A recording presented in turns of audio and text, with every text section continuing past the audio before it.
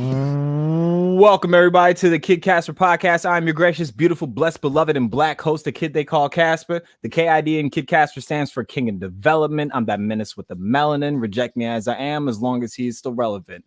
So, first off, I know it's Monday.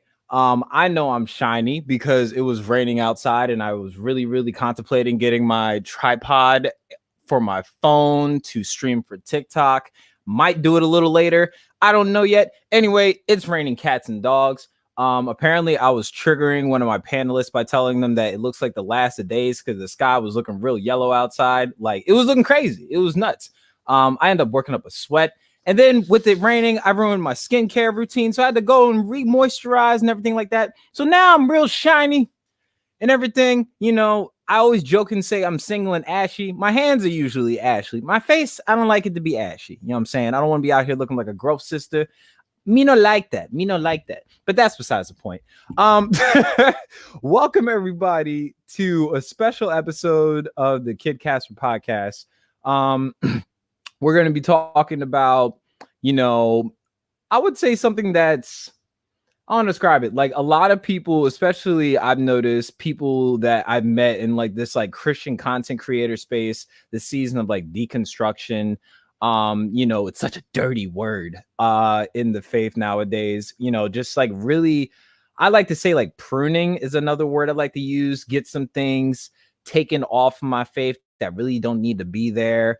And thus pruning things that are dead or just, you know, not of God and everything like that allows us to be able to truly love our neighbor better. And by us loving our neighbors, we are doing unto them, we are doing unto God, and yada, yada, yada. So anything, you know, that might get crazy in this comment section tonight, I love you. And, you know, if you know, I'm gonna drop the intro real quick.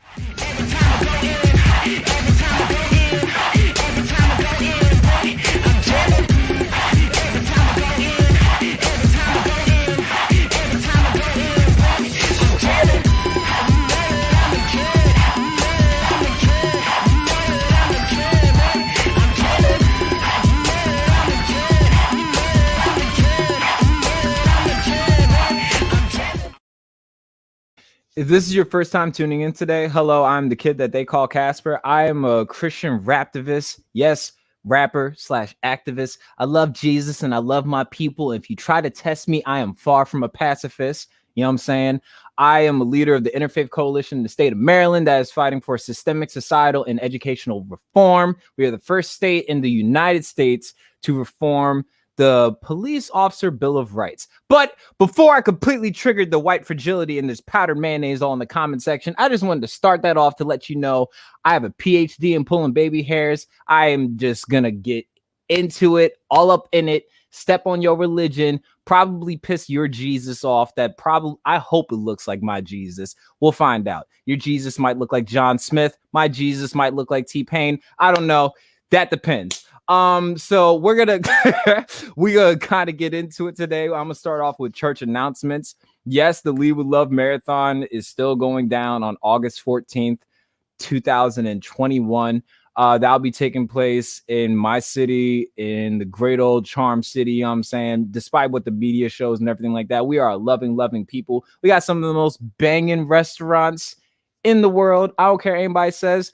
So don't believe people that only come out to, you know, Baltimore when it comes to like sporting events and sneaker releases. They wouldn't know Baltimore if it slapped them on the side of the face or they got crabs from it. But that's besides the point.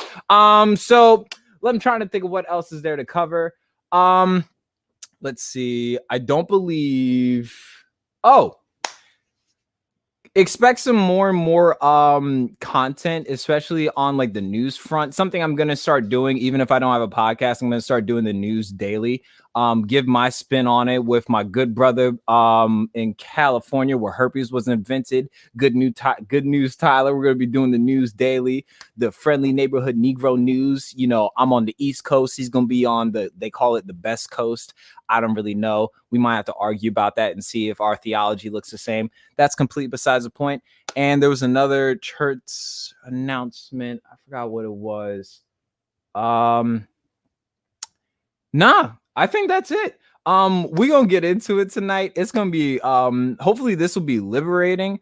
There might be some laughs, there might be some cries, and there might be some opposition, but that's why we have moderators and Jesus and discernment. You know what I'm saying? You know what I'm saying? You know, there's grace, there's mercy, and how do I politely say this? Like, you know what? If you want to argue with me, my Patreon is going to be in the link in the comment section. I'm going to have my good brother, my business partner, plug that in. And yeah, it's about to get real Pentecostal up in here. You heard me, Auntie Maya. I'm going to bring up first. I'm going to bring in my brother, this white man from Wisconsin, my good brother, Eddie Waynick III. How you doing today, sir? No, we live and in color, you know what I'm saying? Or lack of it. Hallelujah. You know? Hey, we in here. We about to get down and dirty. Oh my goodness. Hey, look, and I've been the guy that was like, hey, I'm tired of hearing about we in the last days. We've been in the last days since Jesus went away. So might as well just stay steady and pray. I ain't got time to be stunting on where we at and all that. But anyways. That's crazy. And then I got my sister also from California. I don't think she's from the same part where herpes was invented. I got my sister Lonnie, aka Imperfect Aesthetic. How you doing today, Queen? How you doing today? Hello. I'm good. I hope I'm not from where herpes began, because that would suck. That would definitely suck.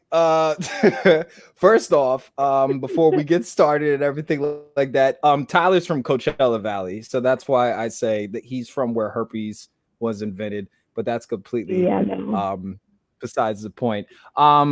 Before we kind of get into like the meat and bones of this conversation, I always like to do mental health check-ins and everything like that. So how are you guys doing today? And you know, I'm just gonna go melaninated folks first, so I'm gonna start, I'll introduce you last. I'm gonna get into you first. So how you doing today, Queen? How are you doing? How's your mental doing? How you doing spiritually? We just, we're checking in right now. I would say my mental health is better than it has been. I have just been going through a period, okay? But yeah, it's better than it has been, so I'm really grateful and thankful for that. It could be better, but I will take it as a win that I'm feeling better. Spiritually, I don't know, I'm like in this weird place where some days I'm like, God, did she freeze up? Okay. But then, other days I'm like, yeah, the Lord's amazing. So I don't know. I'm just in a weird space in life in general. I get that. First off, if I could say real quick, your hair looks amazing and immaculate. You know what I'm saying? Thank you. Because first off, I didn't know your hair was that long. That's one. For some odd reason, I thought your hair was like a lot shorter, but then I was like, God, look at them curls popping. I see you. Yeah, yes. I just did this myself too. I cut it and I colored it. So okay, I'm trying new things. All good. Nice. And for the white man in Wisconsin, how are you doing today, sir? How you doing today, sir? With your trucker hat. No, man, man, I've been doing really good.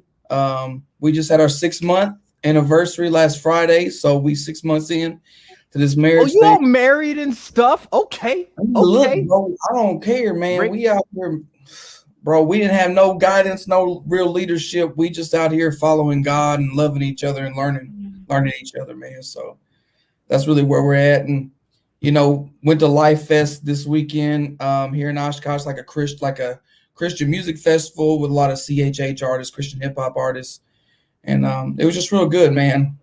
I mean, I'm doing really good right now. I mean, spiritually, I just got back from a men's retreat, so like, just making sure I'm spending time with God every day. Like, it's really making a difference. I mean, 15 to 30 minutes in the morning, I just get alone with God. I mean, this really is making a difference, bro. It's blowing my mind, but it's making a difference. Gotcha. So for me, how am I doing? I mean, if we're just gonna keep it $150, I mean, I'll say it like this.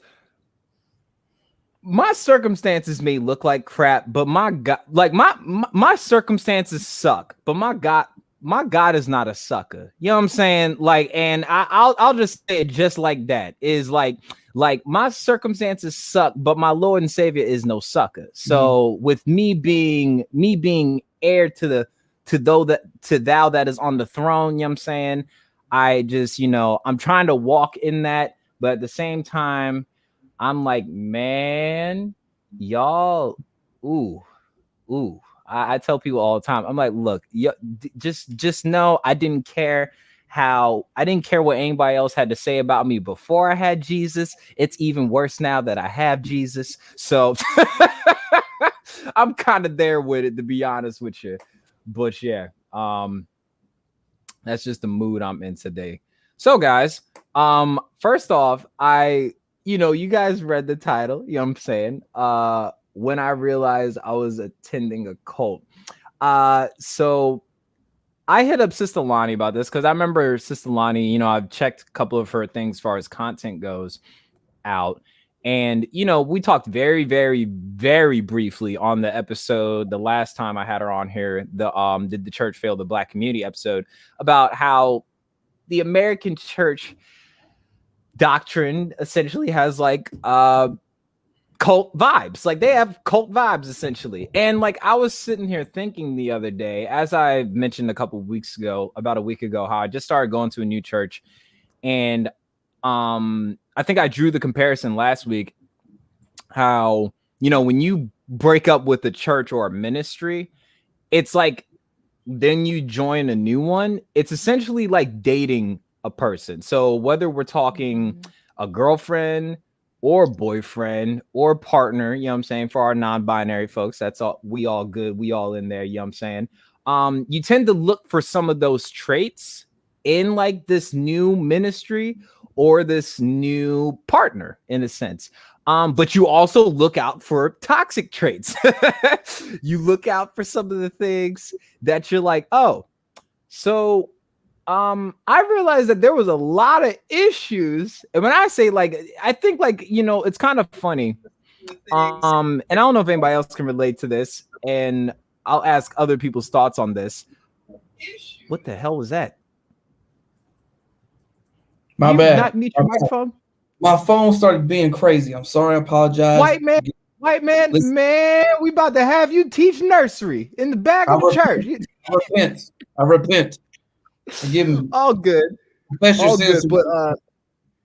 But I was saying, it's funny, and I don't know if you guys can relate to this. For those that have like, been in and out of relationships, or even like friendships that have like dissolved. You think of like, oh, it was just bad when it got bad, like in the time period and everything like that. But as I sat there and I reflected in my entire tenure with my old ministry, I realized like, oh, there was actually a lot of red flags that were like cult like vibes. I don't know if y'all could if y'all could relate to that. Sister Lonnie, you over there, I see them eyebrows, girl. What you got for me? Yeah. Can you guys hear me? I just want to make sure. Yeah, that sounds much better. No, I think what it was before, it was kind of like with mine. Even though you can have it hooked up, you have to like literally configure it. But you sound perfect now. Yeah. All good, sis. Okay. Cool. Yeah. So cult vibes, 100%. I think when I was in it, I didn't see it until I started asking questions or pushing back on things. It was really one thing that struck me, at least being in the church that I was at, was you can't question the pastor. It's always pastor's vision, and anything outside of that is just of the devil, basically. And that's when I was like, something's wrong here. Like something's really wrong. So Yeah, cult vibes for real. Yeah, it's kind of it's weird, but it's also like, oh, okay. It's one of those like, okay, cool. This is bad. That lets me know that I know when things are bad and I recognize when bad things are there. So it makes me appreciate the good moments, but it's still like, Yeah. I don't think we lamented about this. You know what I'm saying? Like, and I think that's something that is a lost trade in the faith, lamenting for sure. Eddie, you had something? Yeah, man. Hot minute. People don't really know how to lament things, but no, I was in a church where, yeah, man, like it was from the pulpit, like, why do you want to question things? And that's how they would put it to you. And I'm like, yo, but y'all just said last weekend that Paul was happy about the Bereans, and now y'all mad because I'm a Berean? You feel what I'm saying? Like, so like, yeah, I mean, but really my highlight was when I started to see attributes from my KKK father present in my Christian church. So when I started to see those correlations, and I like it was subtle. I was just like, yo, this is familiar. Why is this familiar, Lord? And then he said, yeah, Daddy. And I said, oh. So yeah, that literally started the veil. You know what I'm saying? When it said the veil was lifted off of Moses' face. And he started to, people say that the veil was lifted off Moses' face and they could see the manness on him. But I started to have the veil lifted. I could see the manness on the people around me, the flesh on the people around me. And so, yeah, that's interlude. That's the intro. Gotcha. One thing that I definitely wanted to touch on, and I think that this is important because I feel like I said, it seems like, let's just kind of do like a timeline, like a brief timeline. Like, okay, so 2015, the evangelical church pretty much aligned itself to my recollection. I know it goes back a lot farther than that, from like the days of Reagan, and when the Republican Party got in bed with the evangelical church, or when the evangelical church got in bed with the Republican Party, we'll say that. But Christianity gets, in my opinion, the most warped and inseminated by like politics, essentially. So 2015, fast forward to 2021. There's Jesus flags erected next to nooses and gallowses on January 6th on the Capitol, you know what I'm saying? And a lot of people are having to deconstruct. It's the dirty word in the church, you know what I'm saying? Everybody's like, it's such a dirty word. But I think it's necessary. So I wanted to have a dialogue about different examples of not just racism, but just stuff that's like, when I say like toxic theology or toxic doctrine, doo-doo doctrine, in other words, because there's some kids that watch this and we ain't all grown, and we'll have the more grown conversation when the Patreon numbers go up, but that's besides the point. But yeah, so I think like giving examples, also explaining it, and even if anybody wanted to give some type of like context, and we always get into the word, you know what I'm saying? I got the ESV for the BS all day, every day. You know what I'm saying? I don't read out of the KKK JV version. I read out of the. I'm sorry. I got a PhD in pulling baby hairs. I'm not with it today. It's Monday and it's raining out here.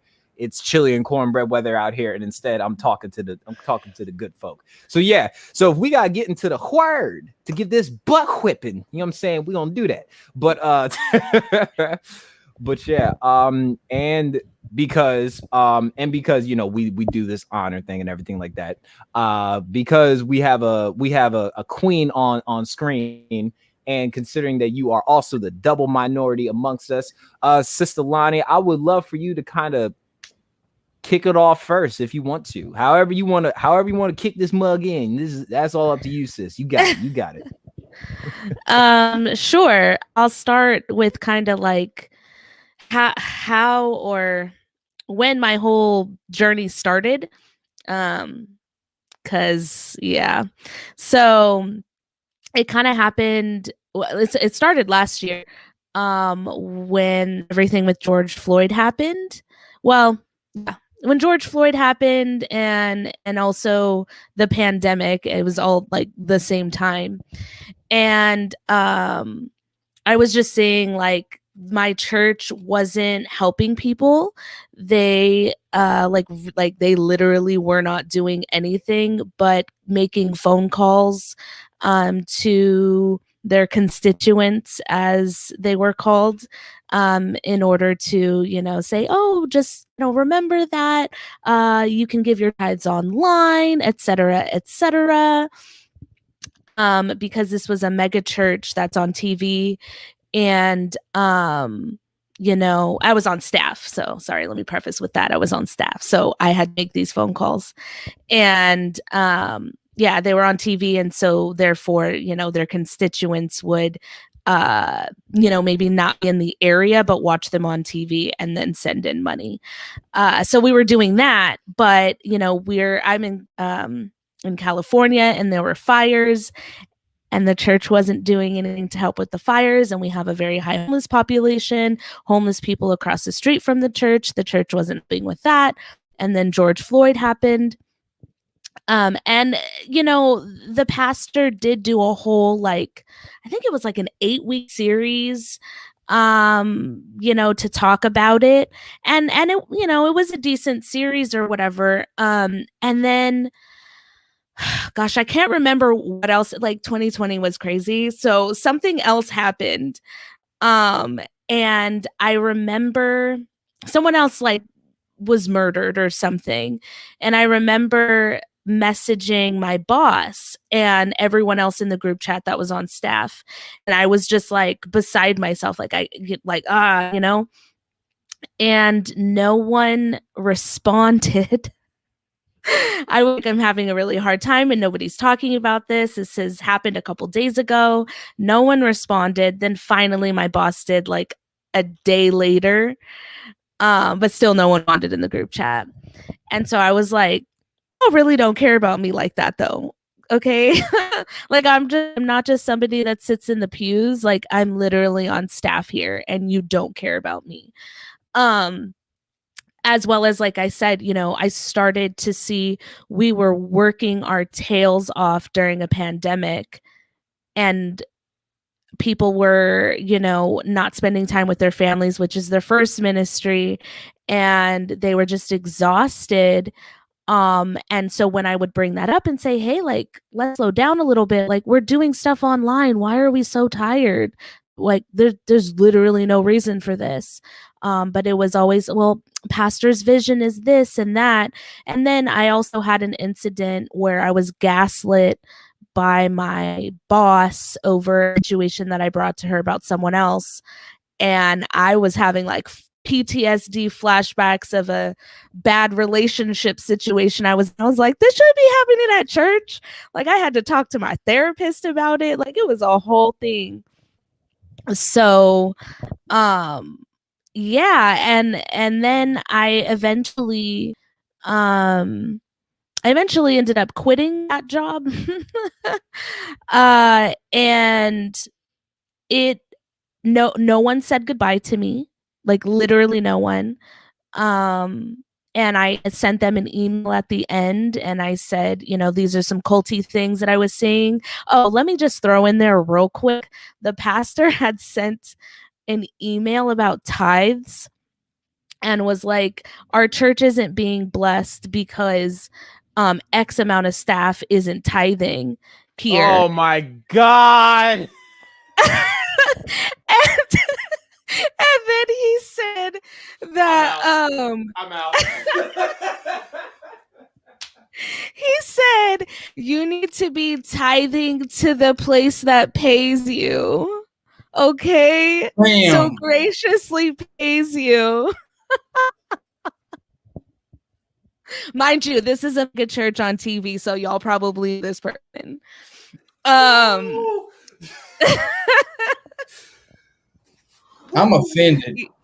Bruh. You might as well tell who it was. You might as well put them on blast. Come on, man. Oh gosh, I know. It was bad. Like I was like, spiritual abuse. Come on. So I ended up quitting that job. And like I said, I sent an email to the HR, to the boss, to the pastor, to his assistant. And no one responded. Not even a like, oh, I'm sorry that, this is how you feel, your experience, nothing. Like, no, they just dropped me. They were like, bye. So, yeah. It was culty for sure. Whew. Boy. Man. Oh my God. And you know what? I think the thing that's kind of crazy is it's that pastor's vision part. You know what I'm saying? It's that I keep hearing that and I'm like, bruh, like, I'm not trying to be ignorant, but like, who give a damn about this man's vision? Like, it's about God's vision. Like, I'm just saying, like, it's always like, I forgot who said this. It might have been KB that said it on Southside Rabbi. And he said, if Washington's agenda starts to match Washington's mission matches our mission as Christians, we lost the mission. You know what I'm saying? Because we ain't never supposed to have like the same ideals as Caesar's. So when we're pushing so hard for like I guess like our desires, and that's like the driving force. Oh my gosh! Like yo, that. I have one more thing. Oh, go ahead, girl. Go ahead. One of the other things that we had to do was every time he walked into the room, we had to stand up for him. Like, so when we had like our staff meetings, he would walk in. This nigga's the judge. Okay. I was new, and so my boss was like, "You need to stand up. You need to stand up. Like, get up. Pastor's coming. Pastor's coming." And I'm like, "Okay." And the pastor's coming. But everybody had to stand up as soon as he got up.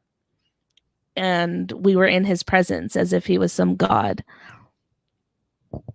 Yeah. It was crazy. Mm-hmm. See, I think like the issue I have with mostly all of that is like what ends up happening. And it's kind of funny. It didn't make sense to me until I watched Tiger King of all things, of how hear me out, how churches are more like Tiger King than they ever want to realize, because everybody's trying to tell each other, hear me out. They're like, oh my God, Tiger King, he's all bad. Carol Baskin, she's bad. Look, this is how much she pays like their employees. And this dude, there's this dusty, crusty, musty, all that old dusty white dude that's like preying on like these like women's like emotions and stuff like that. And he's got like all these like different suitors and stuff. It's really sad that as I watched it, I was like, and I'm not, I don't know, but it's just funny as I'm watching Tiger King, I'm like, there's a lot of similarities to the American church with this series. It's the gaslighting. It's the gaslighting. It's giving you this false sense of reality to not fool you into thinking that you are really doing something onto God, but you're really doing it onto me. You know what I'm saying?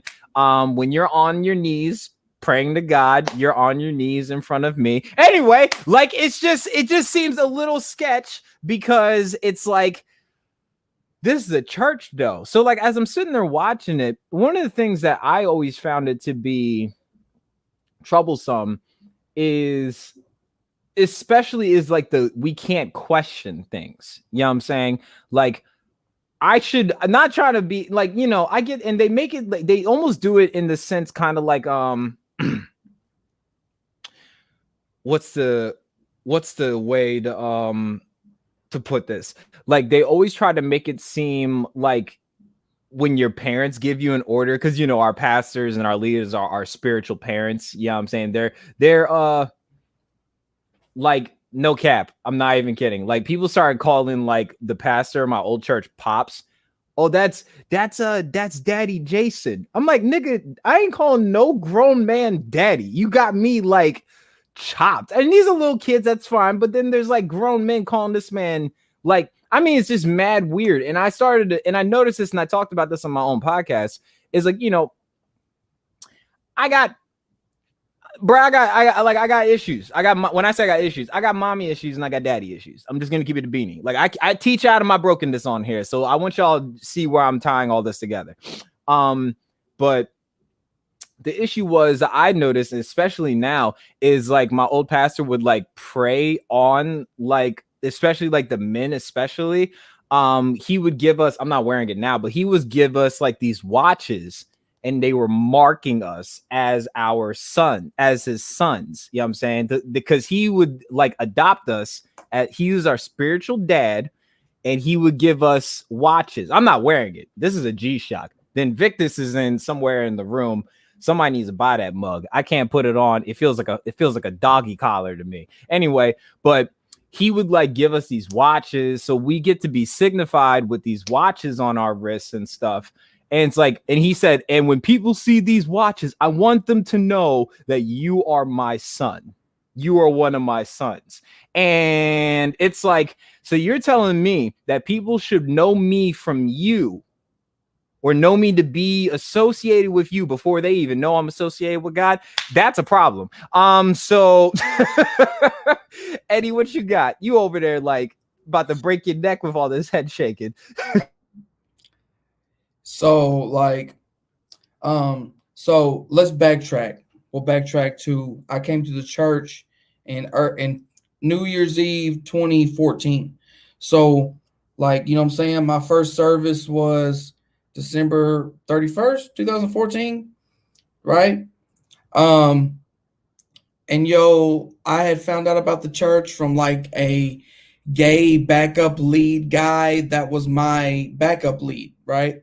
I didn't know he was like, he struggled with homosexuality, but he did, right? And he had been growing up in the church and all sorts of stuff, but he turned me on to the church because the church that I went to had a prison ministry. So I started going there, and I was in there, man. And then a couple months later, my mom got born again. My mom gave her life to the Lord, right? You know what I'm saying? We're excited. God's moving. We're trying to clean up our life, get sober, get clean.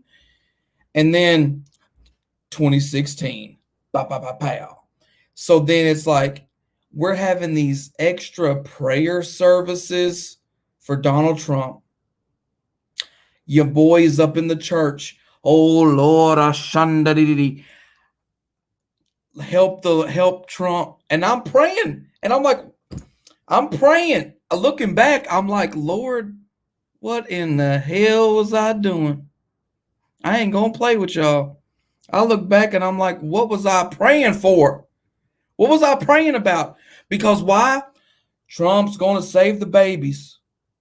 Okay, we won't even get into the politics side of things. We're gonna stay on the all this stuff, right? So we're going through life, but at the same time, I'm chasing, like, I need to be a preacher.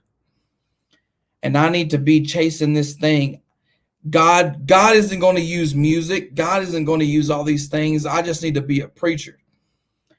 And honestly, that led me to, I fell off.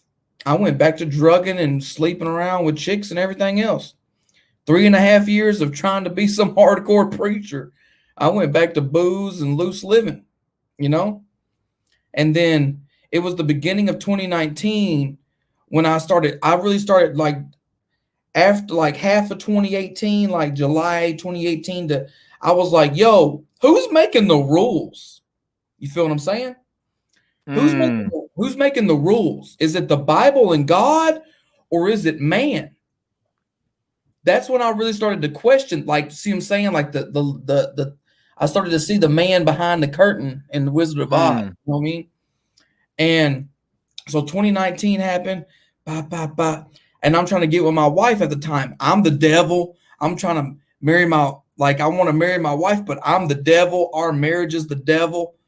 All this stuff. People are lying on me in the church to her parents. I'm like, what is? Because they want her to be with this like other dude. I don't know what's happening. But then boom, 2020, George Floyd happens. So George Floyd happens, and I was at the church to help set up the chairs because pandemic happened beginning of 2020. So now we're mid 2020 and pandemic is happening and George Floyd happens and we're about to start doing in-person services, right? But it's only like half of the sanctuary can be full of people, right? Oh boy. Whew, you pulling on baby hairs. Go ahead. All right. So I'm in there moving chairs with my associate pastor at the time. And I said, yo, did you see what happened in Minnesota? Like, did you see what happened?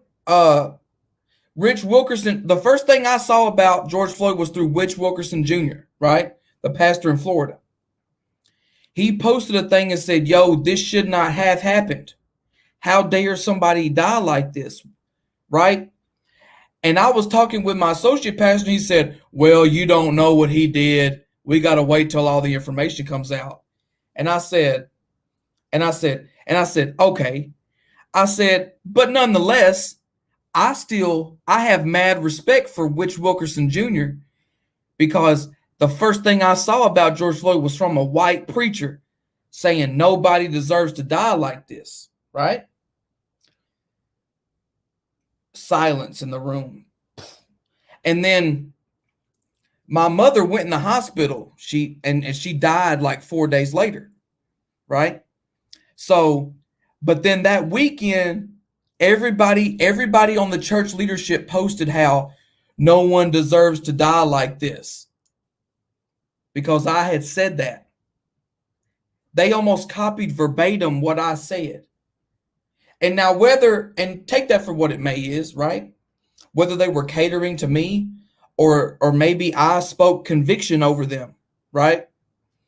But then my mother died, and then I actually went to they gave me $1,000 for my mother's cremation. And they told me, the pastor's wife told me, oh Lord, she said, just because your mama's dead don't mean you can get married now. And I said, okay, give my $1,000. Holla at your boy. The associate pastor was standing while she said it, and he just said, and he ducked out the conversation. He said, I'm gonna go stand over here. And I was just like, how dare you say that to me? You know what I mean? And either way, what it is, like, I'm not even offended. You know what I'm saying? I hold no ill will. You feel what I'm saying? But I'll take my $1,000. I gave y'all that money anyway. Holla at your boy. So, a month later, okay, hold on. Wait, slow down. So my mother dies. We have the funeral the next weekend, right? The next weekend, so that week after my mother died to the weekend after, I was posting stuff about how defund the police. We need to defund the police and put money into mental health. We need to. You was wild. Oh, white boy, you was wilding, boy. You was. Listen. Well, first of all, I never once agreed with my KKK father. I never once agreed with none of that, right? Growing up. So I was coming out the gate like, yo, I'm speaking out for my black people, my colored people, everybody. That's not me, people. That's not this. You feel what I'm saying? Y'all, I'm about to speak out because that's my people. We all the same people. Forget the colors. We all the same people at the end of the day. Don't nobody want to talk about that. But hold on a minute. I'm going to slow up with my roll up. I'm posting defund the police. I posted a video of white people kneeling on other white people's necks on the side of a Black Lives Matter protest with their Trump 2020 sign. I posted that, and all I said, it was very balanced. If anything, people will never say for me, I'm neither nor. I'm a balanced biblical Bible man, period. I said, this is why people don't like Trump people, because it is. Perfect example. Right? You can get hot at me, get mad at me all you want to, but how in the world are you going to say that white people mocking George Floyd's death is okay? And anyways. So then the next Sunday, I walk up to the church building, and my pastor meets me at the door as I walk in the front door. Tells me, you need to get out of politics. It's all a smoke screen of the devil trying to deceive you to stop you from preaching the gospel. And I'm flabbergasted. The man don't talk to nobody. He's like, don't touch the Lord's anointed. He don't talk to nobody. You don't talk to him. He gets done preaching, the service over. He walked back to his office. Right? Because because he's an introvert. He's an insecure man. So he don't have relationships with people out in public. Feel what I'm saying? Yeah, you just out here pulling baby hairs, boy. You need no, it's just the truth. It's just the truth because the man says it from the pulpit. You say it from the pulpit, so then I'm gonna say it from the YouTube. I'll let your boy. So your man meets me at the door and tells me I need to quit doing this while all the elders are sitting in the foyer of the church cafe shaking their head with big smiles like this. And I'm like, yo, I'm weirded out. I'm like, y'all weird. Then that same time, I get took back into Mrs. Willoughby's office. Oh, that's the last name. Oh, the pastor's wife. She takes me back in the office for 5 minutes and tells me how she's not racist for 5 minutes. I want y'all to, everybody watching this, I want y'all to take a timer, start the timer, 5 minutes, and let it play while we do the rest of this. And listen how long that is. While I had some old lady telling me how she wasn't racist. She's only 60 some odd years old, but she's telling me how she's not racist. And I said, I never said you was. But I couldn't talk the whole time because that'd be the worst part. It's like David. Listen, no. But that was that was the thing. I never could talk. I was never really allowed to talk. I was never given room to speak. Even about questions I had, anything. It was always, I just need to receive. Okay. And that irritates me. Y'all know me. Casper know me especially. Your man's going to talk. I need to talk. Y'all ain't let me talk. I'm hot. And y'all, like, it was like I was in my home when I was a little kid. My daddy was just yelling at me. Anyways. So then I get married a month later. Not married, engaged. I get engaged a month later. And I didn't have a meeting with my pastor that whole time. Then I had a meeting with my pastor to tell him how, yo, you don't let me be on the worship team. Your son don't meet with me about about my music ministry that I want to do with starting Christian rap. You don't want to tell me whether you want to marry me or not. And instead of actually answering any of those questions, he says, don't you believe I love you? I'm like, what the hell's that got to do with anything I just asked you? Nothing. And then he tells me he hasn't prayed about my music. And I had been talking to him for 16 months straight about wanting to start Christian music. And how you're supposed to, if God tells you to do something, you should talk to your pastor about it. And I was trying to talk to him about it. And then this man tells me 16 months later, he ain't prayed about it one time. See, that's what I find to be dangerous is like we'll talk about it thing. It's an important issue in the house or to God if it's an important issue to like the pastor. You know what I'm saying?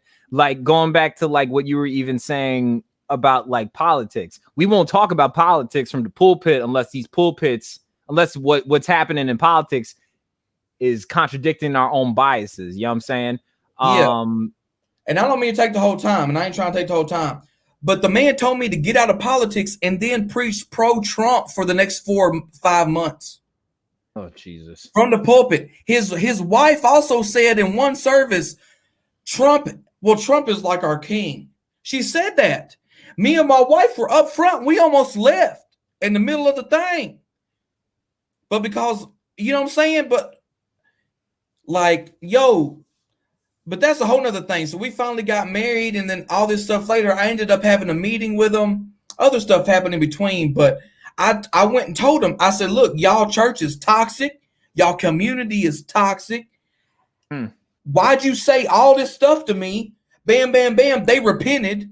Mrs. Will, the pastor's wife, and they repented.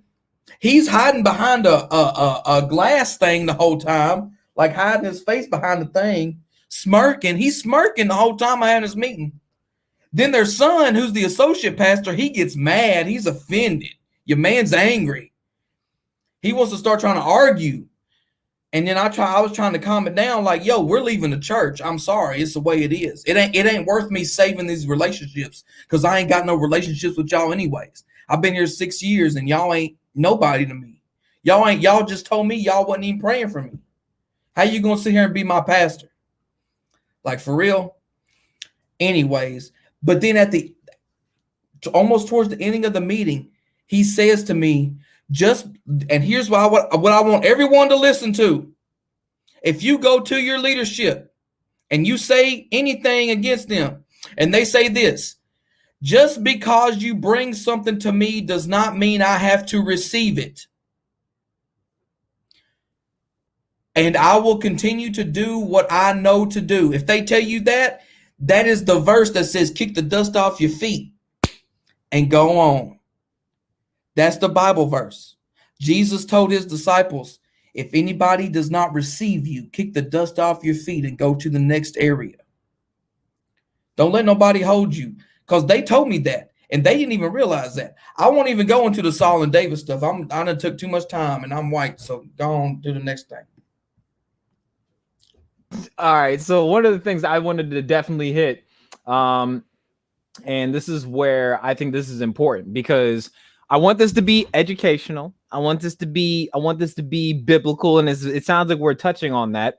So I've written down some things in my notes, because, like I said, I like to teach out of my pain and out of things that piss me off, because sometimes that either causes me pain because it irritates the piss out of me, or it just makes me one of those things. It's that it gives me that same face I make when, like, I'm passing a fart, when it makes me mad. You know what I'm saying? Like, I'm sorry, Sister Lonnie over here, like, what in the hell, Casper? But I think, like, the issue is like, sometimes, like, when we get caught up in these conversations, a lot of people get caught up in all that's being said. And they're like, but we need proof. You ain't teaching us. You ain't. First off, Google is free, and you're on my YouTube. That's one. Secondly, you're on my YouTube. And if you wanted Fox News to watch, a men's minstrel show, go ahead and watch Tucker Carlson, whatever Pokemon species he is, and you can go there and have your fancy tickled. But here we don't get into that word. You know what I'm saying? So one of the things I wanted to touch on first, to, as far as a checklist for those that might be on this journey of deconstruction and may not even know if they are on this journey of deconstruction, but maybe this is something that you just want to go through in case you need to deconstruct, or you need to dip out of your church because it's giving cult vibes. You know what I'm saying? Number one, they oppose the idea of critical thinking. So when we're talking like speaking, when we're talking about like seeking nuances, we're talking about, oh guys, it's not as binary as people think. It's not as black and white as everybody wants it to be. And make sure everybody taking notes, that those are watching this, because you might be dating somebody that's on some cult vibes. You know what I'm saying? Like, I don't know, like, some of y'all, we're not even going to talk about misogyny in the church. That'll be next week. We'll talk about modesty and purity culture next week. That might be tomorrow. I don't know. I'm bored. I'm bored. I don't know. I see Lonnie over here like, boy, don't play with me. Boy, she's like, where we tied that? But yeah, so make sure y'all definitely taking notes for this. So opposes the idea of critical thinking. Sister Lonnie, Brother Eddie, do y'all have any like examples when we're talking about opposes the idea of critical thinking or trying to go against the grain of like binary thinking and stuff like that? And you're muted, Queen. You look like you had something and then you lost it. Oh, I was thinking. Oh, gotcha.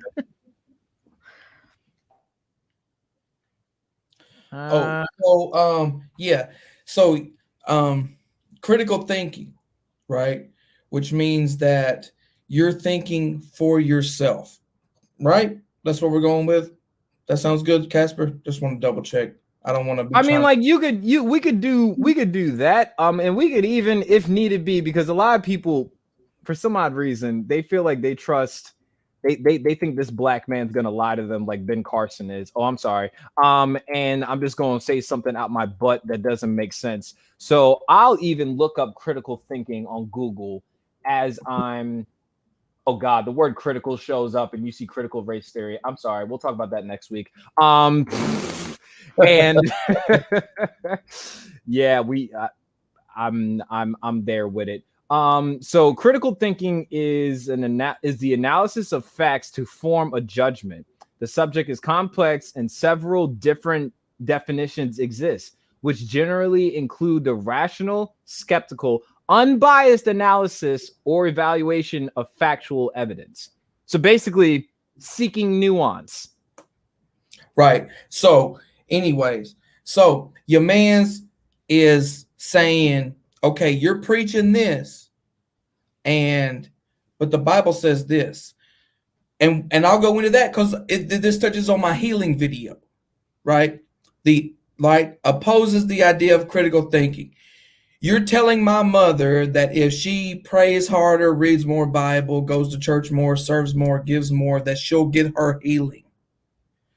I'm saying that sounds like some Pharisaical law stuff. You feel me? And people are mad at me. I'm not speaking faith. You're not speaking faith. And they're hot. But I'm trying to tell my mama, like, no, let's just try to make your life right. Let's try to increase your quality of living. You feel what I'm saying? Like, instead of you putting more religious law over your head to make you feel worse as a person. My mother died thinking she was going to go to heaven, but she was doing something wrong. How miserable of a life is that? And I ain't even mad no more because the Lord's delivered my heart. You feel what I'm saying? But to put that on somebody and to say that you're not allowed to think for yourself, which is what critical thinking is, right? What did you just say it was? The having your own analysis to form your own idea of something, to where you're not allowed to question status quo because status quo is the truth and nothing but the truth. So help you God. Your leadership is now judge, jury, and executioner. If you ain't following that to the T, then you going to hell. And that's why we have 40,000 some odd denominations in this nation. Because you better talk.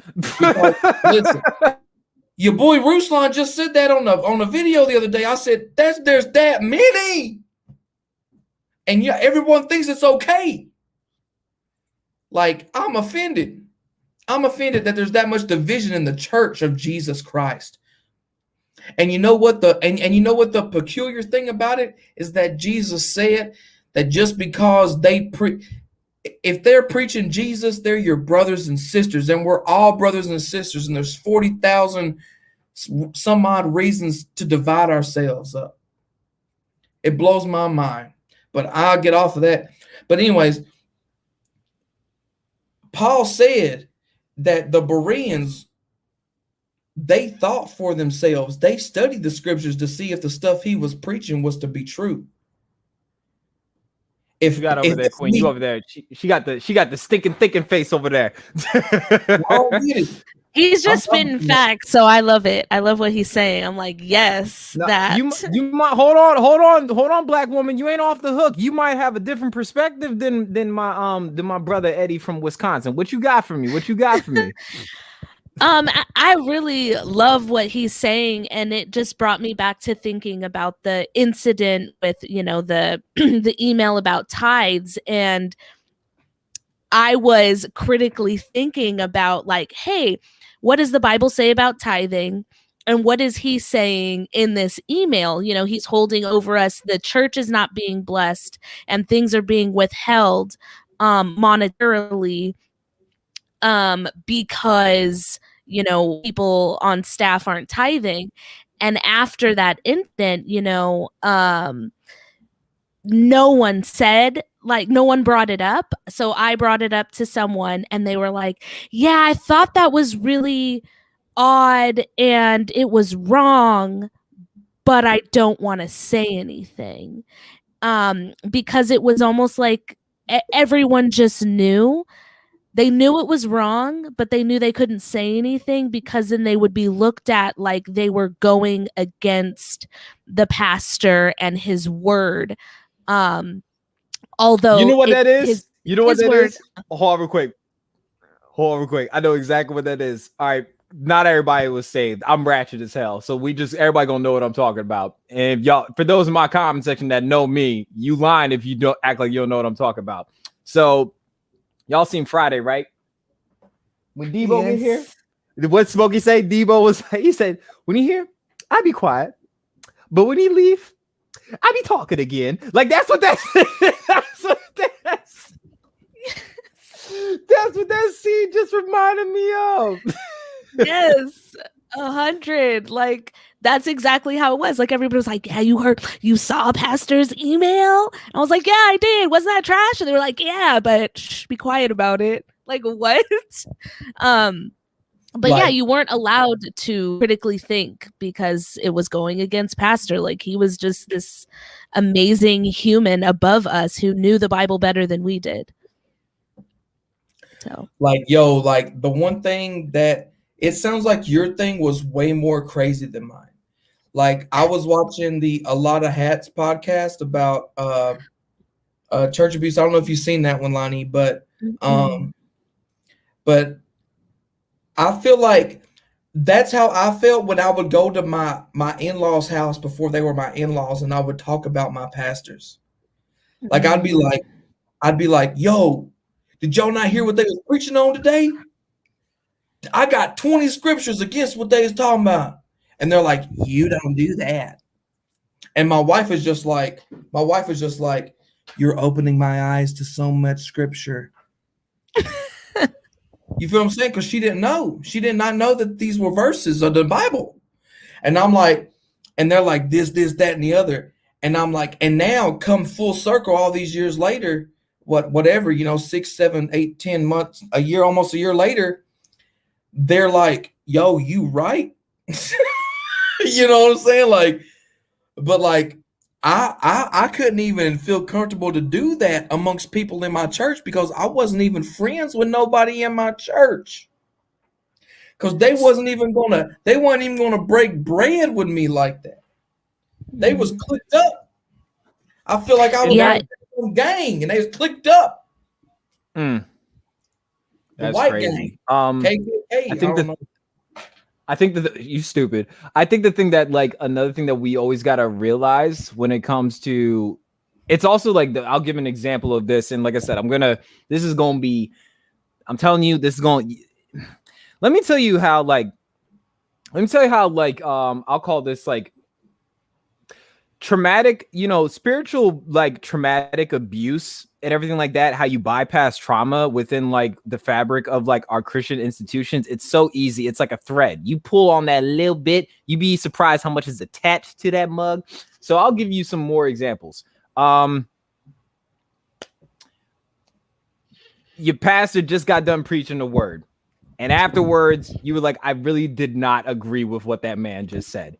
And just like how Eddie just said, you probably wouldn't be allowed to talk about that in the parking lot. let alone to these very people. You'd probably find people outside of like your echo chamber, your religious echo chambers. You probably talk about to your unsaved friends and be like, man, you know what this nigga was saying in the pulpit? They like, nigga, I ain't been in church since I was christened.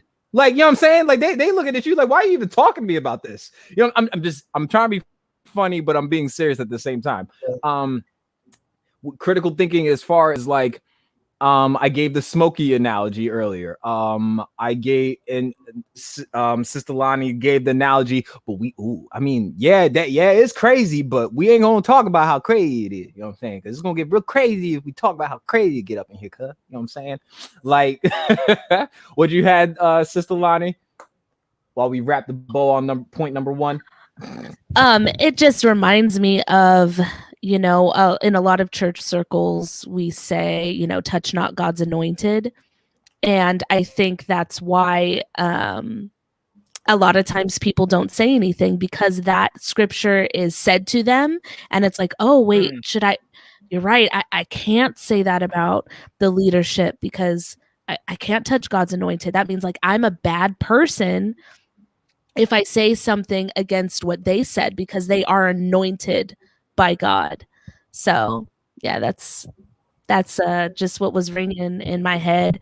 And I think the way that we use that scripture is detrimental, because it keeps people from speaking up against things that are wrong.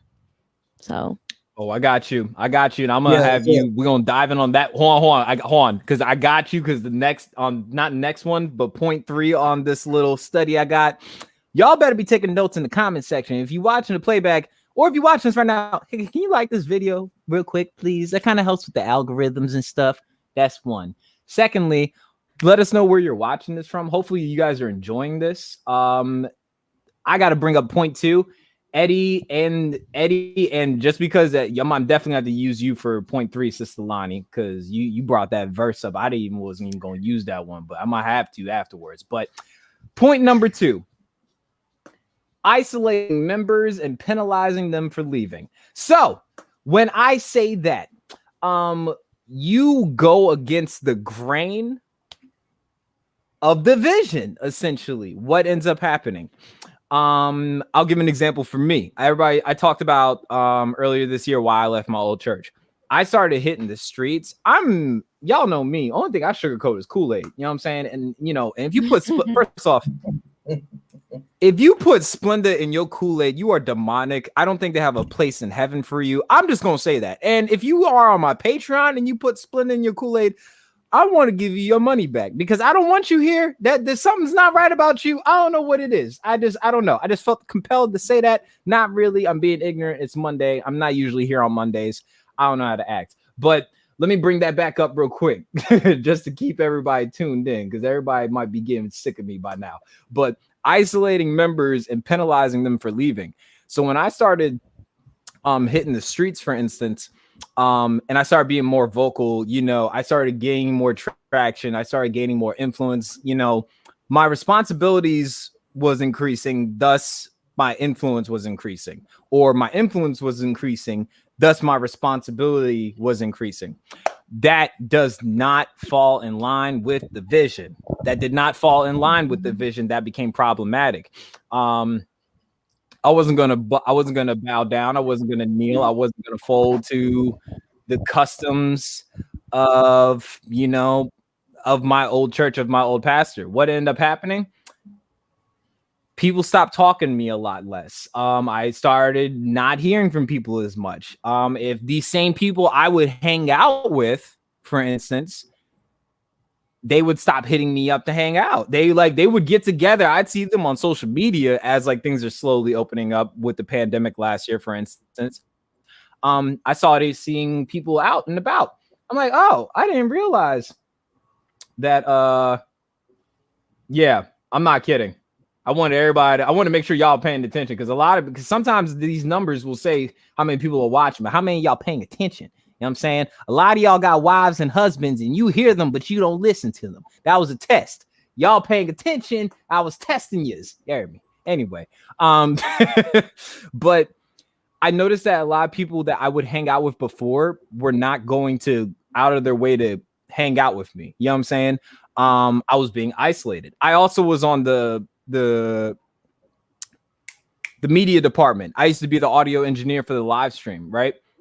I always get raved, and I can pull up video. I don't got a problem. I would get raved and sometimes praised and given flowers publicly. Y'all know me, and this is a lot of reasons why I don't like people giving me my flowers. I would get so many compliments on how well I was at mixing music and stuff like that. Boy, let me tell you something. I started speaking up for Black life and hitting the street as church started slowly opening up. That's why when Eddie was saying that we couldn't have church to the fullest capacity, and he said, you know, certain people would get invited. Why wouldn't I get invited? I'm on the media team. I was like, damn, I ain't getting invited. That's kind of jacked up. Sound was trash. Boy, the sound was trash. Let me tell you something. People texting me, they like, nigga, what is this? It sounds like book. I can't even hear the I'm not even kidding. Y'all think I'm capping. I had people hit me up. They were like, Cass, if you don't like turn yo up, I'm like, nigga, I'm not even there. They're like, huh? I was like, I'm not in the media booth. Nigga, I'm in the street. I'm out here getting it. I'm feeding the least of these. What you talking about? Like, and boy, and they were like, oh, wait, you didn't get you're telling me you didn't. And I was like, no, I didn't. And I thought that was kind of funny. So, you know, I started going against the vision, and I was getting isolated.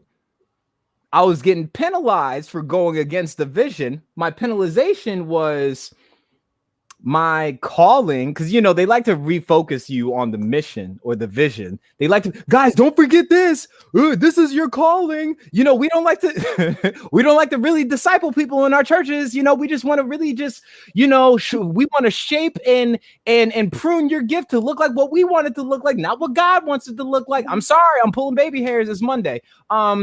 And though I would get raved and my flowers were given to me publicly about how great I was on the sound, boy, the minute I stepped away from, not so much stepped away from doing that, but started doing something they didn't like, oh, they forgot all about how good I was on the sound. They forgot about how good I was with my gift. They forgot how anointed I was and blessed I was. You know what I'm saying? Because I went against the grain. So that's just one example. What y'all got for me? Eddie over here like, oh my God. First of all, the isolation began before any of the race stuff happened. I was trying to go evangelize the community, and nobody wanted to go with me. So I was taking a young man named Spencer. He came with me. We went downtown Oshkosh, where the church was located in Oshkosh, and we would stand in the spot, and as people would walk by, we would pray for them. You know what I mean? And after that first time it happened, the associate pastor, he met with Spencer and told him, he's not your leader. You should not be doing this. And Spencer, the next time we went out, Spencer was like, I can't do this with you. You're not my leader. And I'm like, whoa, Spencer, what happened? We're doing two or three are gathered together. We're sent out in twos. Right, we're using that Bible verse. We're going together. I'm not leading you. We're together. Spencer. And then he was like, and he started saying this stuff. And I said, who told you this? He said, yo, such and such said this and that. I said, man. Then we go to Costa Rica that summer. This was like before 2018, right? Prior to mid 2018, before all that stuff happened. And then we go 2018 and we're evangelizing in Costa Rica. Then we come back, everybody's on fire to evangelize. But the church has never evangelized. The church has never once openly accepted people to go pray for people or preach the gospel to people. To this day, they had an evangelism team come together, and all we ever did was pray. We didn't ever go evangelizing. Like, I thought we was the evangelism team and we prayer team now. Anyway, then when Man, me and that might mean that that's because if people might see that if a zebra don't really have stripes, they might not actually be a zebra. Oh, my bad. Did I say that too loud? Continue, sir. no, it is what it is. Because I'm like, let's go. I said openly to my leadership, I said, let's go reach the people that ain't reached. That's the what? The black people, the Hmong people, the non-white people. Because it's Catholic Lutheran life up here in Wisconsin. Everybody's Catholic or Lutheran. And I'm like, well, we need to go give them the gospel. You feel me?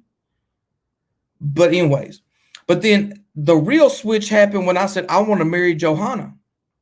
Then it's like, oh, y'all the devil. So then we weren't openly accepted in the church community. So then everyone started to distance themselves. And now, mind you, my mother's sick. I took care of my mother 6 years. Then nobody was ever tight to me. You feel me? Nobody was ever tight to me because I was taking care of my mama and she was sick. So I want to marry a Latin lady. Here they come. And she was the Hispanic in the church, but she wasn't even Hispanic. She was Latin. There's a difference for people that don't know culture. Anyway, so I tried to get with her. And they hot. Hey, yo, can I just say, hey, yo, me and Lonnie over here changing colors, yo. Like, we tried out the and I'm like looking at my monitors. I'm like, you know what? They didn't see black people smile. We gonna smile today, doggone it. Yo, like, this one is about. Y'all can stay on the screen the whole time. I don't care. I ain't trying to take spotlight. I ain't even care. Because we having a dialogue. And if anything, I'm a prime example of how mad white people should be. And white people need to understand that this makes other people happy. Like, y'all want to sit here and talk about, oh, the injustice, but y'all ain't saying nothing. And so y'all pissing off everybody else the same way that the racist KKK people doing, because y'all ain't saying nothing. Y'all need to learn to say something. Speak up. Say with your chest. Anyways, so your man's, I'm trying to get married, and they're telling me it's the devil. She's the devil. Everything we're doing is the devil. And I said, man, I thought y'all was Christian. But y'all know sure enough a whole lot about what the devil trying to do. And that isolated us more, right? And so then it's beginning to take the veil off more. And really, I'll just stop there because it just kind of plays into what I said earlier. Because as we began to speak out more against race, the isolation came. Less and less people kept hanging out with me. Everybody just wanted to come and talk to me in my Instagram DMs to tell me how Trump was great and I was late and I needed to shut up and accept the fate. They need a better ghostwriter, boy. Them bars is weak. They really said Trump. Wow. That's what I said. That's why I felt offended after I said all that in the secession. I got offended with myself. But that's what happened because you're talking about isolation. And they isolated us. Even after we got married, we still felt isolated to the point to where someone said to my wife, is he being good to you? If not, I'll beat him up. And now your man's that said that to my wife. Hold on now. Your man's was a little twig man. Now, I ain't no little, you know what I'm saying? I ain't no little whippersnapper. You feel what I'm saying? I'm 31 years old. I've done a lot of drugs. I've been beat up by gangs of black people, Hispanic people, white people. I've been beat up my whole life as a young man. And this man's telling my wife he's going to beat me up. I said, you were supposed to be our friend. And you're accusing me of being a less of a man, less of a character of God to my wife. And you're going to beat me up if I'm being bad to her, whatever. I said, we got to get, that's what made us leave, because the toxicity had spread out to even the lowest ranks of people. You know what I'm saying? Yeah, I hope you understand what I'm saying, because toxicity starts at the top and then it drips down. You know what I'm saying? Top down effect. And because he had said that to us, I told my wife, I said, we got to get out of here. And that's what led me to the church we go to now with the black pastor and a black worship leader and multi-ethnic. That's not just white people, but it's multiple people. And we're getting to meet black people and Asian people and non-white people is great. But that's what happens whenever you're a white leader with 2 black people in your church and a Hispanic, really Latin family, and everybody else is white, and all you play is, Hillsong trying to sound like U2 worship music. You don't care about nobody. You care about yourself. You are God. You are God. God's not God no more. Jesus ain't Lord. You Lord. And I'll let you go from there. All right, Sister Lonnie, like I said, we're gonna have you pick up. I want you to pick up from the on number 3, but we need you to wrap up number 2. So we talk about isolating members and penalizing them for leaving. So can you think of an example of going against the grain of the vision, you know what I'm saying, and what led next? What you got for me, Queen?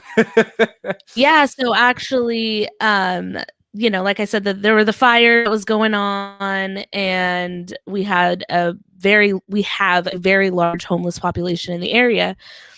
And so I wrote up a plan to help the victims who lost their homes and things like that. Cause small churches were giving clothes, blankets, things so that people could get a hotel, just whatever. Right. I was like, okay, if tiny churches can do this, this mega church can do this at minimum or more. So I wrote up a whole email, sent it away. Obviously, no one said anything. And as I started to speak more on these issues, especially during our, team meetings and stuff, I was like, so we're able to send out trinkets and lawn things to set in the lawn saying we miss you. We have money for that, but we don't have money to help people. Okay, I don't understand. And so as I kept on speaking out about that, I was taken off assignments at work. People who I did talk to weren't really trying to talk to me like that. And if they were, it was to get the cheese may. And so I was like, okay. And so I was just noticing all this stuff, and I was like, this is trash. I just want to help people, but because it's not the vision of the pastor, because pastor's vision is to go across the country and open another building, and take all of half the staff and restaff over there during a pandemic, since that's his vision. And my vision is to help people, like the Bible says. I'm going to be taken off assignments and basically left out of the loop of a lot of things because I don't agree. So the isolation part was, I think, one of the top things that got me, y'all really don't want me. And just a little side note about this is the church that I was at. I'm not going to name the name. So yeah, because I heard some stuff. Yeah. But whatever. So I'm not going to name the name, but I will say it's a part of the ARC, A-R-C. They are a church planting organization, and a lot of people that go to ARC churches don't know that they're in them. But if you have come from an ARC church, because a lot of people have, you will notice that it is extremely cult-like, and they create it that way. So yeah, just so you guys know, and there's a website that you can look up to see if your church is a part of that. And that's why I'm saying this, because that's how I found out. I was like, oh, that makes sense, because I saw a documentary. I saw a podcast, and someone was on it, and they were like, oh, I went to an ARC church. Here, find out if your church is an ARC church. And then I was like, oh, my church is an ARC church. That's why we function the same. That's why you had the same issues that I had. So, yeah. Just a little thing to put out there for y'all who are watching. Yo, how can you find out that? Plug that. Okay. I will put it in there. And I will say, one of the pastors that kind of started it is Stephen Furtick. Are you talking about the Apostolic Reformation? No. It's Association of Related Churches. That's what ARC stands for. All right. Yeah. Gotcha. So just so y'all know. So yeah. you sound like you're like, oh boy. Gotcha. I need to know because look, I found hit 3. when I was. Oh, sorry. Go ahead. Sorry. No, I was just saying when I was looking for a new church. We'll talk about that. We'll talk about that on Zoom later. We got you. Yeah, go on. So this one, y'all, we're gonna have Lonnie go first on this one. So, emphasizing special doctrine outside of Scripture. Basically, saying stuff that God wants of us that God don't really want of us. Sister Lonnie, go ahead, Queen. Your face. Yeah, that's it happens so often. So I'll say this too. The church that I was at was more Pentecostal, I guess you could say. It was a non-denominational church, as most are these days, I guess. But it was more Pentecostal, but I was also previously at a Southern Baptist church. And, they say that they hold to Southern Baptist churches, try to hold to Scripture very literally and stuff like that.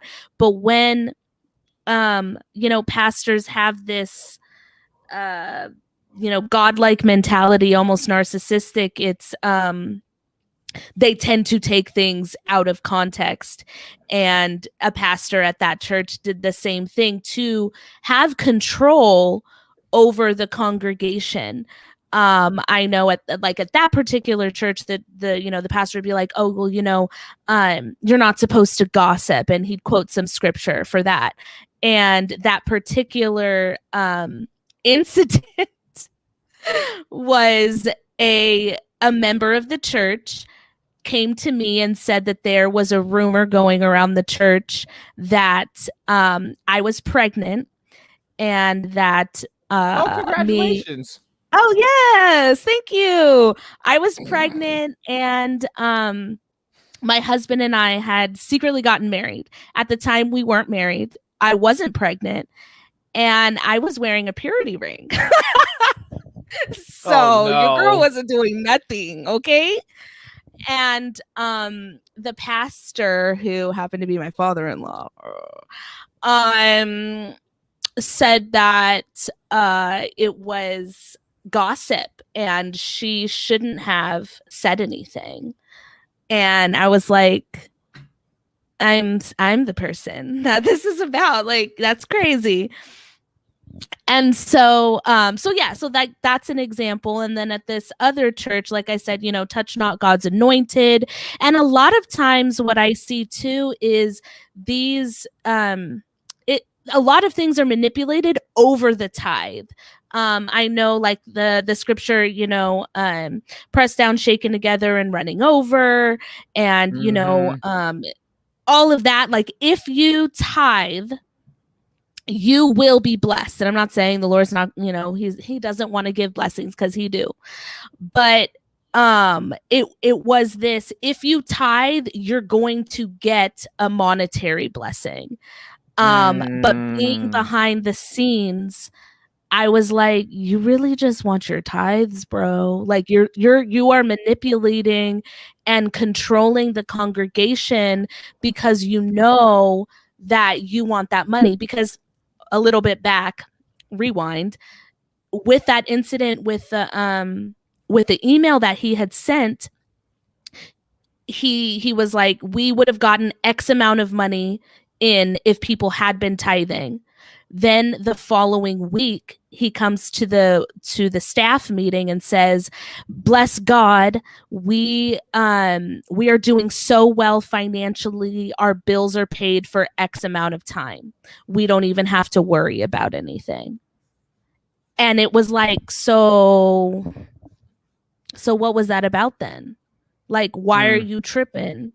If the bills are paid, like, you got money for days, no problem. During a pandemic, like, God is obviously blessing this church financially in some capacity because y'all got the money.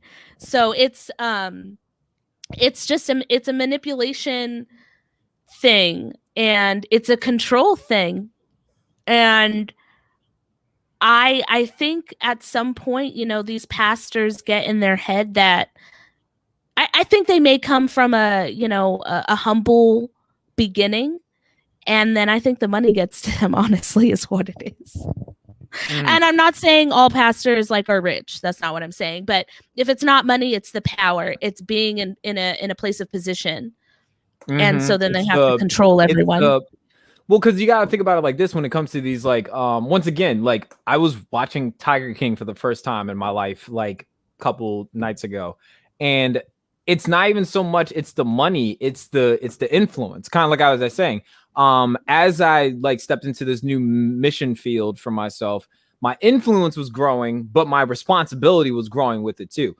I feel like a lot of times with these people that are on like these like cult type like vibes, the influence is coming, but they don't want the responsibility of realizing, oh, I'm shepherding these people. Like, they don't know the biblical responsibility that comes with that. Like, the Bible says, if you steer, I think it's the younger generation. If you steer away the young, I think the Bible says it is better to tie like a stone to like your neck or something crazy like that and throw it in the ocean.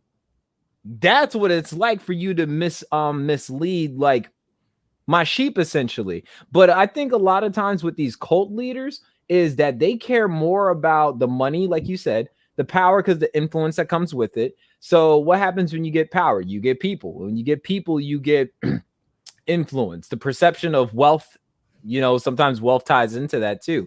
I think that's the dangerous part. So it may not always have to be money, Sister Lonnie. It could easily be the people that come with it too. You know what I'm saying? Oh, look at us.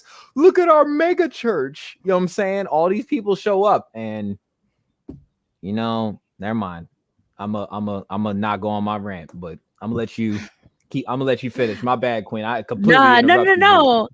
No.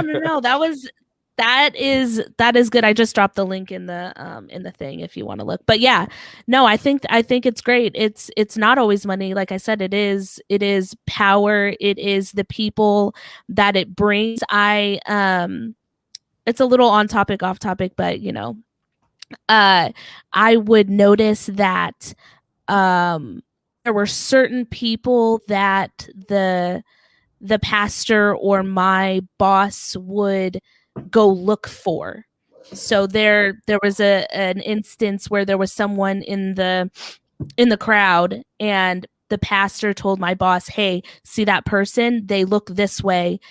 You need to go get them." And they were an influencer.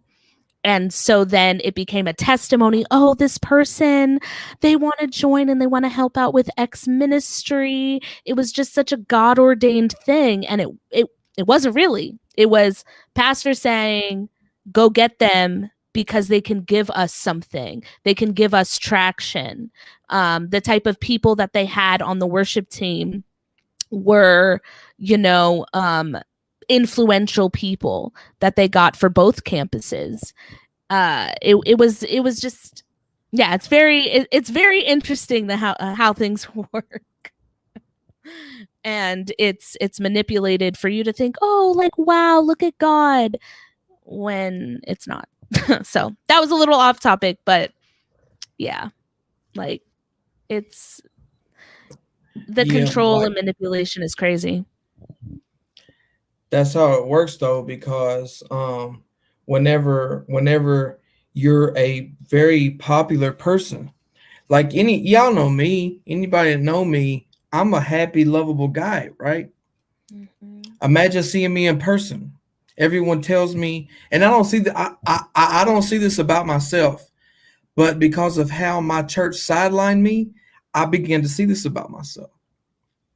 How people like me and people want to be around me and people are influenced by me. But because I was a Bible man, and I said, hey, why don't we take this one time and look at this instead of just, because if your whole entire sermon is a story, you give no scriptures, what the hell are we listening to? And I don't care because people say, oh, you're cursing, you're saying hell. No, what the hell are we listening to? Because y'all preaching hell. If y'all ain't preaching this, guess what you preaching? Hell. Can we talk about y'all ain't even giving me a verse, a whole verse in context. Y'all giving me some cherry picked nonsense. Can I say like how dangerous that is? And I say this like, for instance, I said it earlier on my little rant, is like the fact that like we're not good at stewarding like gifts. You know what I'm saying? We want to shape people to assimilate what we want them to look like. You know what I'm saying? It goes back to that like cult type brainwashing. You don't want individualism. You know what I'm saying? I think it's mad stupid for a lot of like these like churches that are like, ooh, look at the diversity of our church. And it'd be like, not that ain't no diversity, because all those black people are white supremacists with black skin. I said what I said. I said what I said. You got all the people that probably should be like it could be like a woman that should be like a politician or something like that, but you're not stewarding that gift. You're not instilling confidence in her. You got her working in the nursery or something like that because you want her to fit your mold, because once again, misogyny is sewn into the fabric of our institutions. I said what I said. And just the fact that we don't disciple one another. We do not disciple well within our churches, especially within Pentecostal services, where we whip up emotion the whole doggone time. We prey on your emotions the whole doggone time. We make you think that you had like an encounter with God, but really you're dehydrated. Your bones hurt because you're crying all the damn time. You've been standing up for 6 hours singing the same bridge from Elevation Worship, even though Elevation Worship, it really is fire, but I don't need to hear the same bridge for 2 hours. And then afterwards, no, I'm serious. And then what we'll end up doing is like, we'll end up having somebody come in because you're crying and you're dehydrated and you think that it's the Holy Spirit. No, your body's going through convulsions. That's what's happening because you've been standing and singing the same song over and over. And then we bring somebody in, you know what I'm saying? We bring somebody in and they love on you. They love bomb you essentially after you just, you know, probably confessed something that you really didn't even need to confess to them, because that's weird. We're not Catholics anyway. But then you end up getting love bombed. And what ends up happening? You didn't learn anything about how to become a better Christian. You really didn't lose that porn addiction that you thought that you were struggling with, but because you cried in the altar for 4 hours and they preyed on your emotions to think that you encountered God so they can get your tithes out of your pockets, and you're spiritually bypassing trauma through people in these long drawn out Pentecostal services. But yeah, go ahead. You had church today. Yo, what was it? What was I going on? All right, here we go. We're going to go into this one. So prophecy, right? So you know that like space between the worship and the preaching whenever it's time for a word of prophecy to come forth, right? Oh boy. Now listen, I would sometimes get words like, and it wasn't me, my guy. You know what I'm saying? Like for real, it wasn't me. Like, because it didn't come out of some reservoir that I had. You feel me? The last time I ever did one, I go to say it, and my pastor goes, my previous pastor, he goes, no. I'm in the corner. What the hell was that? Yo, check this out. Listen to me though. I'm in the corner because they're preaching this whole thing. Everyone should have words. We should be having prophecy happen. And I'm over there in the moment. I'm in the thing and I'm for real. I'm receiving from God. And the word is about how the weakest among you is the strongest. And and how the strong should not tear down the weak, but should come around them. Yo, it was a wild word. It wasn't no your boy feeling himself. You feel what I'm saying? And the man goes, no. I said, look, I'm like, let the weak say no. I'm like, okay. He goes, no. And then he was like, we gotta, it's not now. And I'm like, dang, okay, I'll shut up. I was offended. The spirit left me. And then and then we're chilling for a minute. They do like, they play a soft lead guitar line.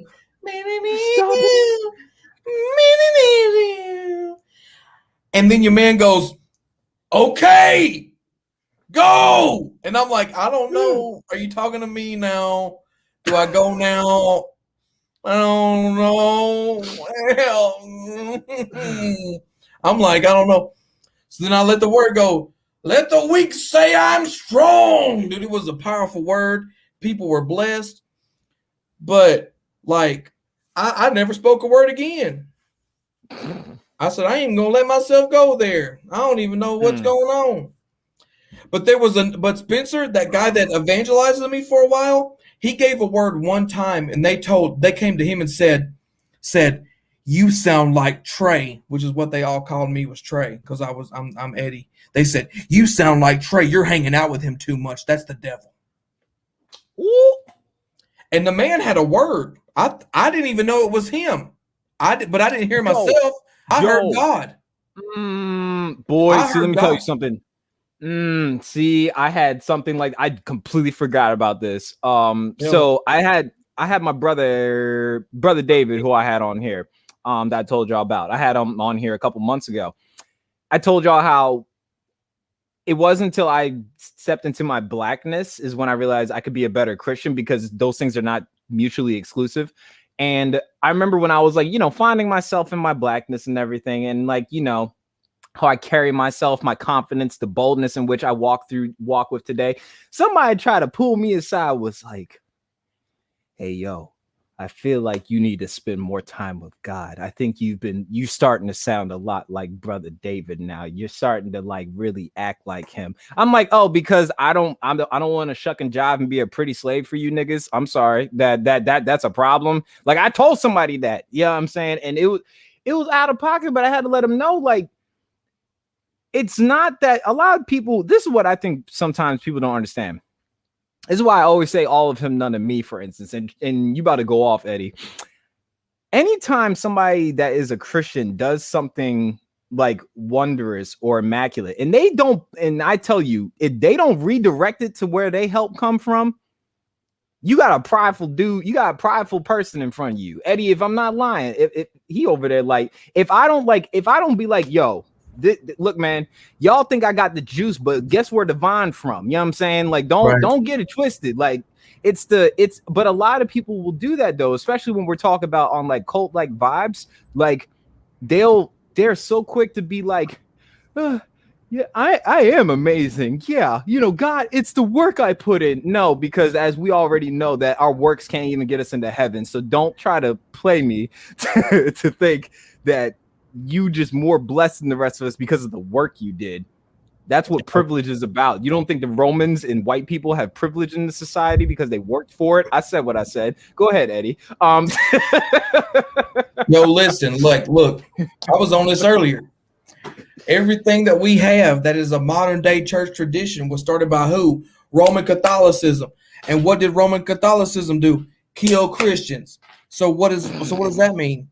They eradicated all actual church history to infiltrate and facilitate their Roman rule in the world. People say the Roman Empire ended. No, it continued forth in the church.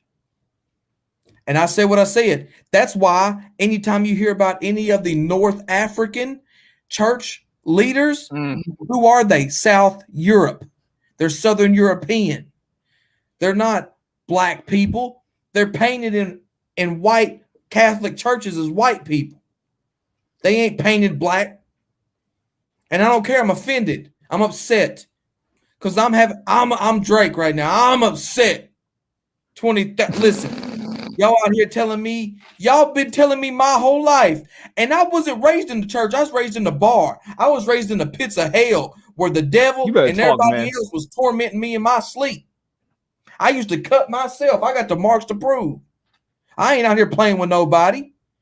Y'all gonna lie to me and tell me some God-forsaken truth, and y'all lying to yourself. Y'all deceived of the devil and don't even know it. And it's up to us people here in the thing to go and tell these people the truth, whether they listen or not listen. Ezekiel 3:11, go to your people, the exiles, and tell them this, the message from the Lord their God, where they refuse, where they listen. Because it's up to a generation unlike unto us that is supposed to, you talk about the last days people, we're supposed to be out here telling the people, this is what the Bible really says. This is what the church ought to really be doing. This is how all y'all is racist. This is how all of y'all is wrong. This is how all of y'all is full of yourselves. This is how all of y'all full of pride. Pride comes before the fall is what the word says. You better talk, man. Anytime I go before God in the morning, what does he tell me? Don't be full of yourself. What God tells me. I got verse after verse. Verse after verse. Verse after verse after verse after verse. All this stuff right here. You see all this? God talking to me, telling me how not to be full of myself. And so I'm blessed. This one I'm gonna kind of, I think this one's super dangerous. And once again, this podcast is not sponsored, but it was definitely brought to you by your boy watching Tiger King over the last week. I'm so serious. Because I think that this is super important. This needs to be brought up too, as well, when we're talking about this. And this will bleed into probably a part 2 of this series that I'm doing on, hey, you're in a cult. Like, hey, y'all in a cult. Point number 4. I think I'm gonna do it in this order again. Sister Lonnie. Seeking inappropriate loyalty to their leaders. Go ahead, girl. I'm just using your eyebrows. I'm using my discernment in your eyebrows. Go ahead. No, I'm keeping them up because this is crazy. Yeah. At the place I was at, it was absolutely insane how much rear end kissing there was, and to my detriment, because I didn't kiss anyone's behind. I wasn't well liked, but there were people who literally got positions of pastor because they sucked up to leadership. Like, they were terrible at their job, like literally terrible, like on the verge of getting fired, terrible, but they kissed butt so well that they became pastor. And not just like, because there's a mega church, so there's like, the pastors that are like lay people, right? No, like this is on staff. I'm seriously leading people, pastor. And I was like, you literally were just about to be fired last month. I'm confused.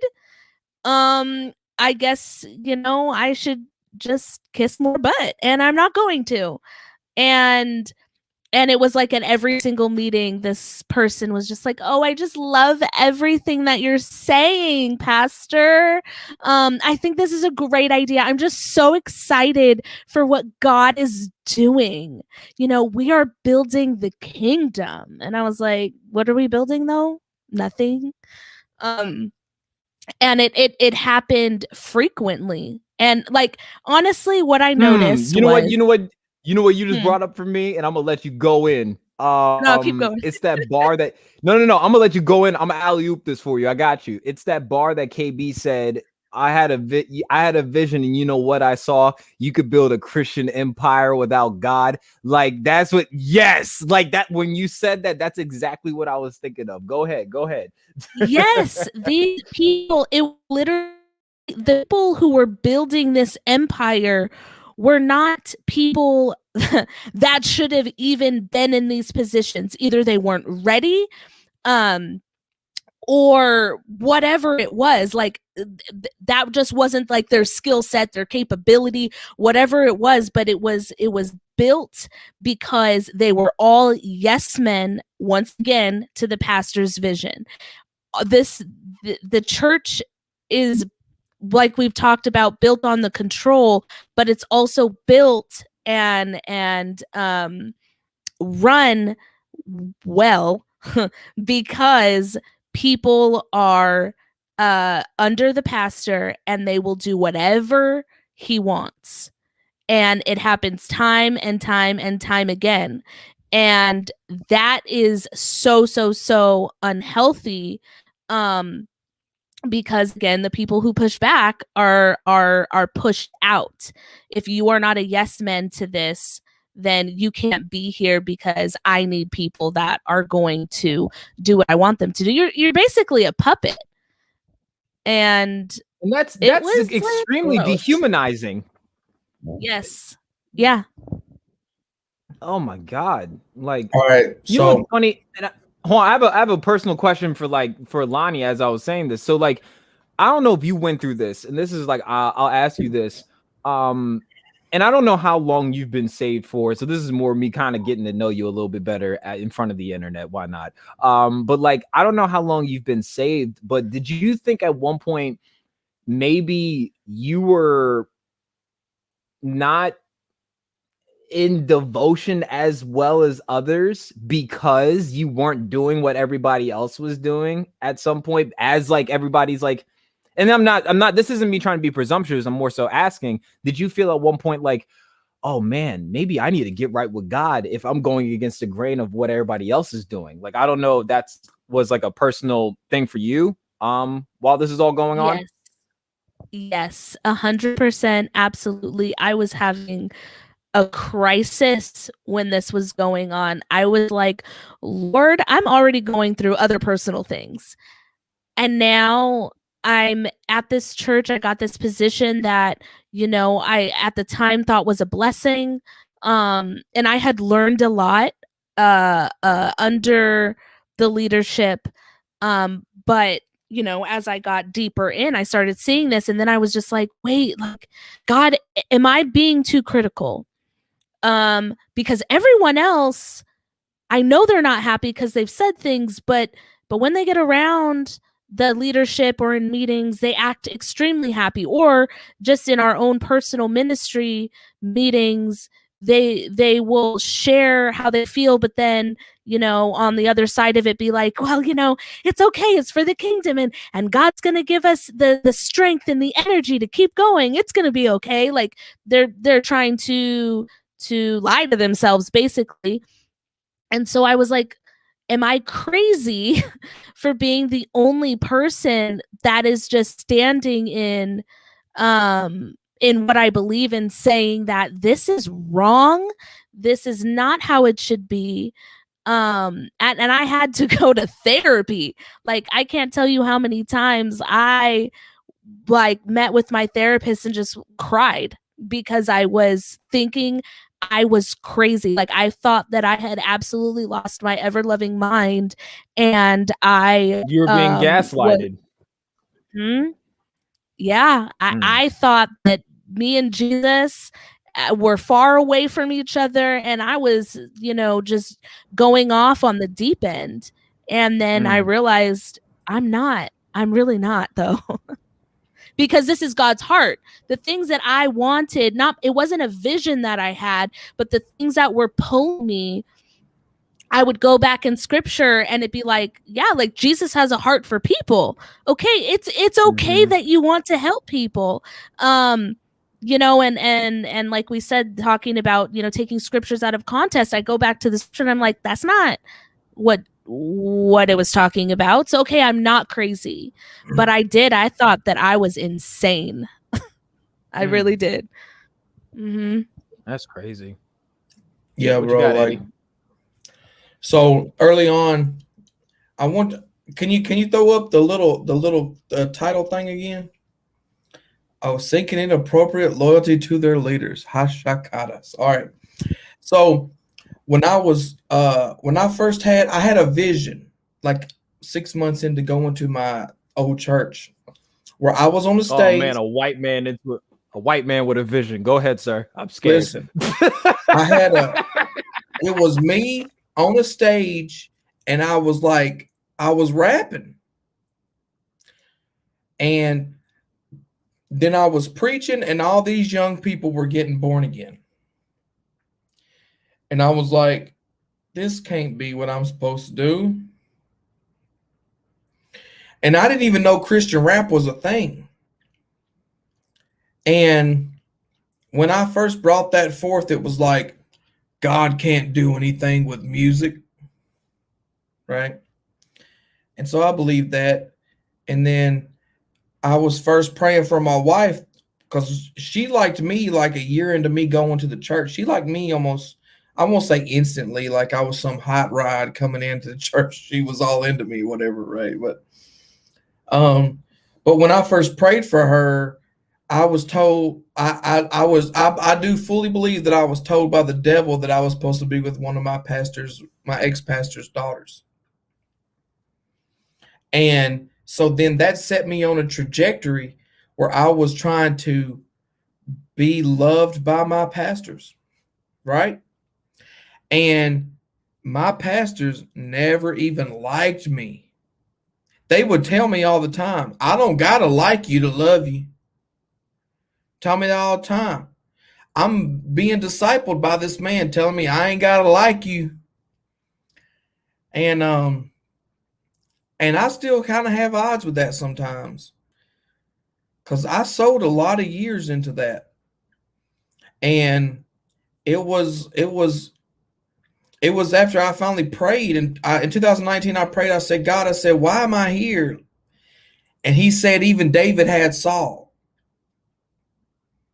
And so I began to what are you trying to tell me, God, that these people are Saul to me and I'm David? And I'm not big about that Disney princess theology where you're David all the time, right? But in this time, it kind of fit, because I was the brunt of the litter. You know what I mean?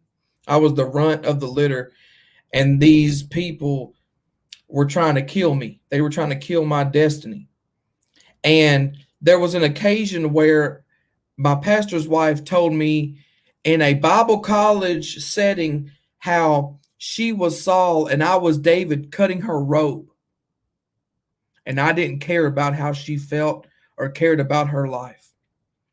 And then earlier when I mentioned I had that meeting with my pastor, he told me at the end of the meeting, he said, I ain't got to like you. Saul didn't like David.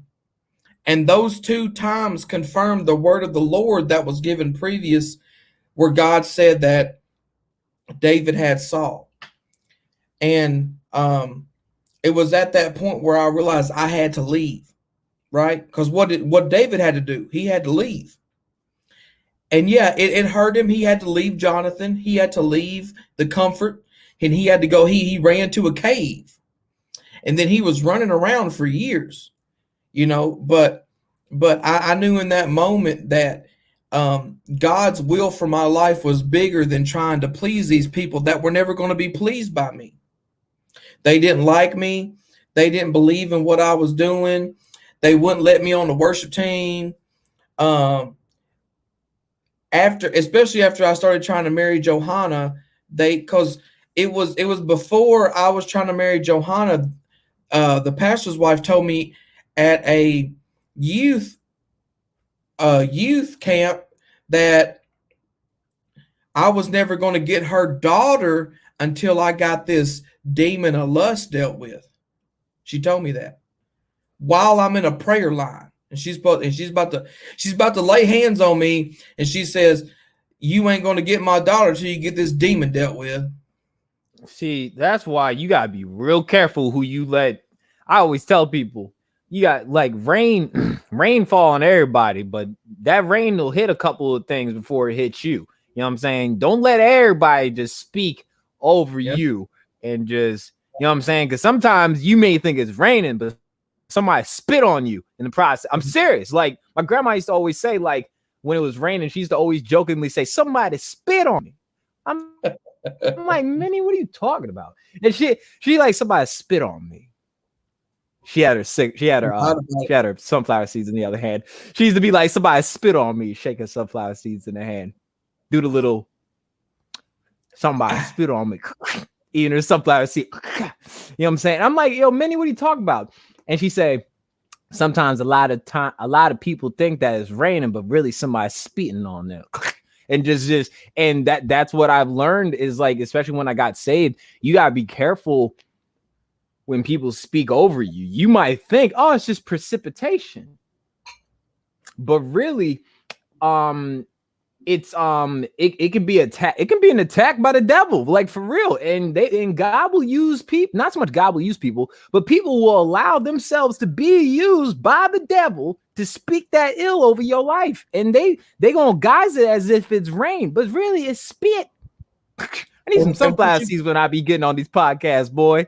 Let me get some somebody cut me a sponsor for some sunflower seeds. I'll pop some sunflower seeds on here, boy. What you talking about? And like I say, man, you have to realize that everybody wants to be David when he's slaying Goliath, but don't nobody want to be David when he's being speared by Saul. You better talk, boy. If you were in my house, in my house, I would pull your back of your shirt. You better talk, sir. Go ahead. One more time. With your apple juice. Listen, my sweet tea. Everybody want to be David when he's slaying Goliath, but don't nobody want to be David when Saul's throwing the spears at him. Everybody want to be Moses when he's walking through the Red Sea.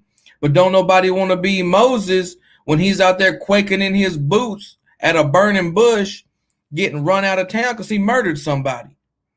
Everybody want to be the best of the best, but don't nobody want to walk their own salvation out in fear and trembling and want to walk through their own wilderness moments.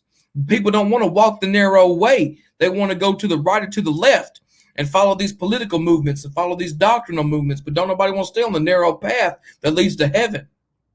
And at some point in your life, you're going to have to hit that road, Jack. Hit the road, Jack, and don't you come back. That's what God is telling you to do. He's telling you to put your hands to the plow. Don't look back. Don't look back no more. And at some point in time, and I tell this to everybody, seek out what God's telling you to do. Because let me tell you something, my hat off. Because it makes me want to cry. Because God will so move you and fulfill you when you are in his will for your life that what does that say? Let me find it. No leader can ever do that for you.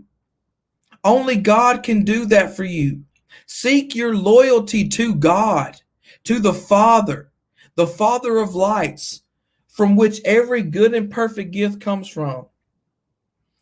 And it's going to cause you to walk out of some very hostile environments. I've had to walk out of so many hostile areas where people were telling me, you're going to hell. You're doing things from hell. The devil's causing you to do this. I've never known a burden from God that'll make you do that. Well, they ain't read the Bible. Look at what listen, man, you better make me. You better through. Hold on. So hold on, white man. Let me wake. There's somebody sleeping in the back of the church. Let me wake him up while you cooking up in here. Go ahead, sir. Go ahead. One more time. Let me throw it. Listen, people are saying that they ain't ever gonna. I've never known a burden that'll make you go through something heavy like that. Has never read the Bible. Look at the prophets. Jeremiah was put in prison for years. And Yemen's king said, bring out the prophet that tells the truth. Brings him out and says, why do you only tell me bad stuff about me? Because you're going to hell. Okay, put him back in jail. But people don't expect that to happen today. People don't expect nothing hard to happen to you in your life. I've had nothing but hard things happen to me in my life. And I tell my wife, I said, look, it's going to take everything I have to make sure my children have a good life. But do I expect hard things to happen to them? Sure as hell do, because it happened to me. Because that's how God. I'm gonna read this to you. I'm gonna read this to you. Hold on, let me read this to you. This from a book. I'm gonna read it to you real quick. Stay with me here for a minute. It's from a book written by a Christian man, and the story is about the prophet. Then the woman said, "Speak to us of joy and sorrow." And he answered, "Your joy is your sorrow unmasked, and the self same well from which your laughter rises was oftentimes filled with your tears. How else can it be? The deeper that sorrow carves into your being, the more joy you can contain. Is not the cup that holds your wine the very cup that was burned in the potter's oven? And is not the lute that soothes your spirit the very wood that was hollowed out with knives? When you are joyous, look deep into your heart, and you shall find it. It is only that which has given you sorrow that has given you joy. And when you are sorrowful, look again in your heart, and you shall see that in truth you are weeping for that which has been your delight." Because see, people gotta learn that you gotta go through hard stuff to get to the good stuff. So if somebody's doing something hard to you, doesn't mean you gotta sit under it. Might means you gotta go through it for a season. But people like us that have come out of bad environments, we're going into a new season to help bring those people out, to help bring out the captives, to preach good news to the poor, to preach deliverance to the captives, to say, "Let my people go, let them come out, let them go, Pharaoh. You ain't a pastor. You an oppressor." I'm on fire. I got too hot. I got too hot, and I know. I'm sorry. I got too hot. But I think that that's a thing that's serious, because like, and I'll give like an example for me, like in my old church, like going back to like that, because when I tell you, like I was getting towards the end of my term, I'll call it the term of like my old church. Man, I had just gotten this watch. I was bringing up the watch earlier. I just gotten this watch. And you know, I'm getting invited to parties I never got invited to before. I was starting to having deeper conversations, and they were like, "Wow, I didn't know there was that much depth to him." You know what I'm saying? Talk about me to other people, but he would make sure I was listening when he would talk about me to other people. You know what I'm saying? It's that. And what ends up, and I'll speak once again, I'll speak out of like my, look, man, and this was something we need to kill. I'm going to say this real quick. I'm going to zoom in. I want y'all to look at my big old sweaty black face when I say this. Cause I got daddy issues. You know what I'm saying? I got mommy and I got daddy issues. I'm 27 years old. We need to stop, otherizing and dehumanizing people with mommy and daddy issues. It really should be on the mommy and the daddy, personally, because if mommy and daddy did what they were supposed to do, little children wouldn't be feeling like they need to be loved in their adulthood by another man or another woman growing up. Because I'll keep it real with y'all. I got that, and like that's an issue. And I go to therapy, and I let Jesus love on me and reconcile with me through this period in time in which I need not so much deliverance, because I ain't do nothing wrong. You know what I'm saying? Somebody else dropped the ball when they were supposed to carry me into the end zone. You know what I'm saying? But they fumbled me into out of bounds. But I knew that but that's the thing. My pastor knew that I didn't care about this man's approval, not one bit towards the end. You know what I'm saying? I just didn't. I just did not. I did not care about it. But I noticed that like, as like the racial climate of the world started kicking back up, I started building more of a footing. You know what I'm saying? When I say a footing, like I was starting to be like, man, I was like, you know, like that confidence you get when you about to like take your shirt off and jump in the pool. You know, some of us that don't like our bodies. I'm skinny. There was a point in time anyway. So like, not that I was fat, and you're not fat. You have fat. You have eyebrows. You are not eyebrows. But anyway, but like, you know, there's that point in time where like you get that confidence. I was like, yo, I'm about to jump in this pool. I know it's cold. I may not even know how to swim, but that was me. I was starting to feel my pastor, what I thought in a lot of ways was him just trying to affirm me. And he was like distracting me. He was affirming me. He was edifying me. He was encouraging me. he was like, oh man, you know, the Lord has a calling on you. You just make sure you stick with me, son. You stick with me, son. He used to say stuff like this. I'm so serious. He used to say, you stick with me, son. You'll be all right. Gave me a watch on Christmas last year, like a $200 watch. Invited me over to his house, to his apartment. First time. I've been going to the church for 7 years. Didn't know a lick of thing about me except for I make Christian rap music. I sampled him from sermons every once in a while, made songs out of it.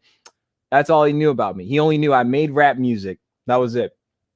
I realized that while he was encouraging me, he was edifying me, and he was speaking all this life into me, I'm still like, but I'm still like, I gotta get in that pool, dog. You know what I'm saying? And sometimes, hear me out when I say this. Sometimes you may think just because it sounds good to you, it may not exactly be that it's that's not it may just be with a word, and that's fine. It may be a word for you, but sometimes you could be given the right word at the wrong time, because God can be calling you into something in a new season in your life, and it's time. God, like, it's time.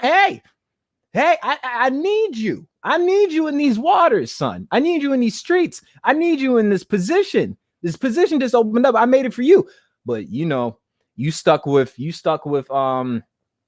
old dude that cheats on you with the girl with the credit score that's in the E's, and you know, or you stay in this town that you've been called out of and a job opened up making 6-figure salary, but you still getting affirmation from this pastor that loves you better than a father you never had. You know what I'm saying? Like, I need people to really, really hear me when I say this. Like, there's a lot of times in which this is why love bombing is so dangerous when I talk about performance-based love. Sometimes you may think because it feels good that it's good for you, but really what is happening, you are like that man that will not take up his mat. You cannot get your full range of motion that you had gotten your healing because you have not moved. And sometimes people can be like Jesus that are telling you it's time to get up. And sometimes people are that mat that just want to constrict you and don't want you. I'm serious. And sometimes people are that mat and they don't want you to move, because the minute you move, you might be like, well, look what God did over here. Look what, like, I mean, like, for real. Because when I stepped out in them streets, I was like, who the hell is this? I was like, who? I was like, look, who is that? The stuff that when I say, like, when I say this is because, like, there's so many times that people will miss how special they are in God's eyes because they are looking for the approval in man's eyes or woman's eyes or non-binary eyes. The twinkle that was put in your eye came from the man that made the stars, not the people that works with you in Starbucks.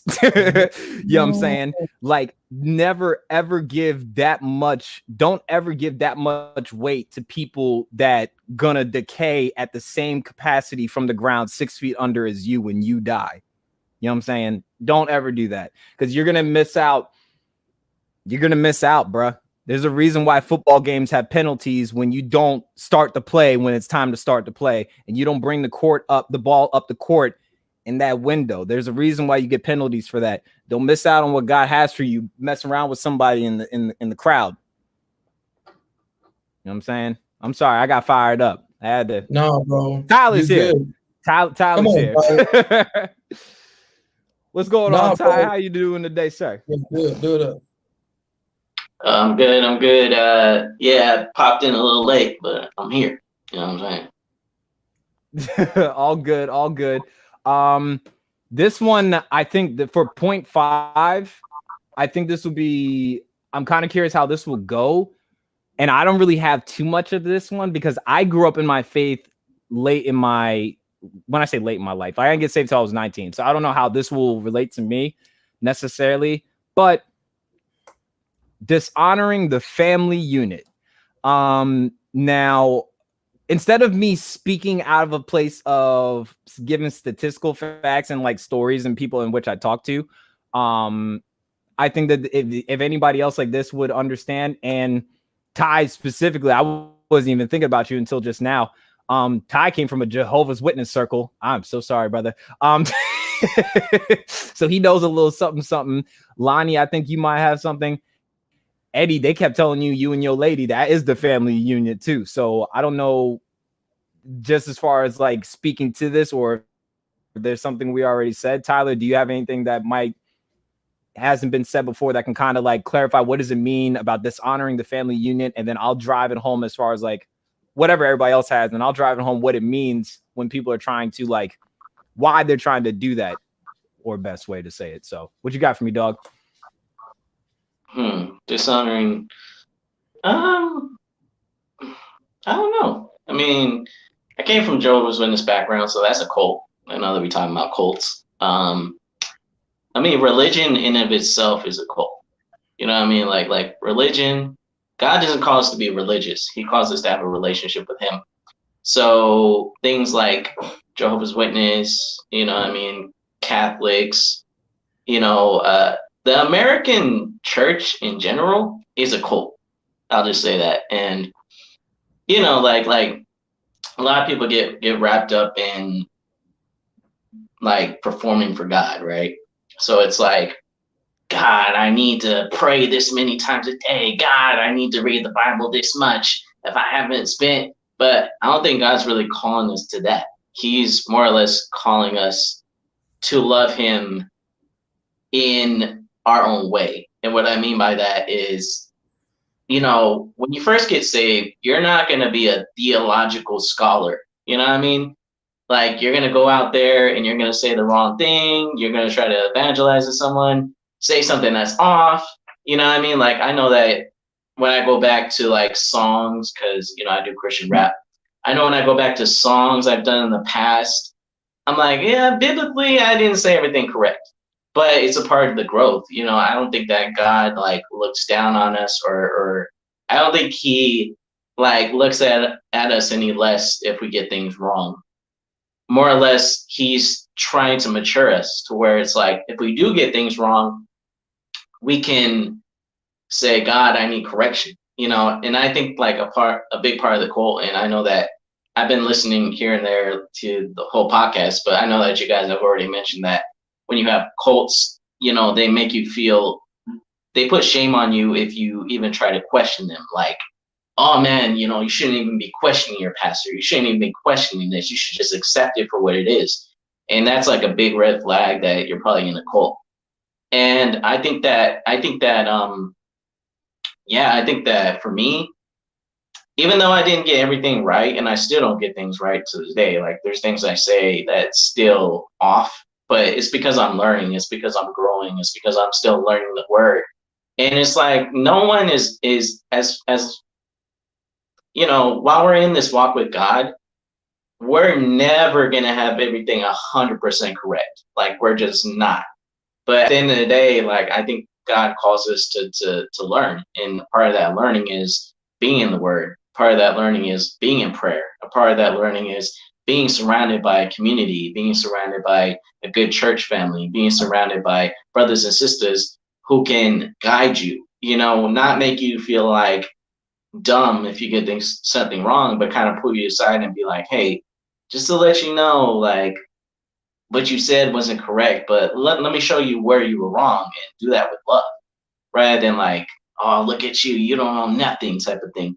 So as far as dishonoring the family unit, so for me, I can say it was scary for me to make that transition from being Jehovah's Witness to being a Christian. I know a lot of people be like, well, isn't Jehovah's Witness Christians? No, they're not. You know what I mean? Because they don't believe in the Trinity. You know what I mean? They don't believe that Jesus is God. So they can't be Christians. You know, you have to believe Jesus is God to be a Christian. Like, that's fundamentals one-on-one of being a Christian. Like, Jesus is God. Anybody that denies that is not of God, just plain and simple. So for me, it's like, for me, when I transitioned from being Jehovah's Witness to Christian, I was scared that my family was going to disown me. I was scared about that. I was like, man, what are my parents going to say?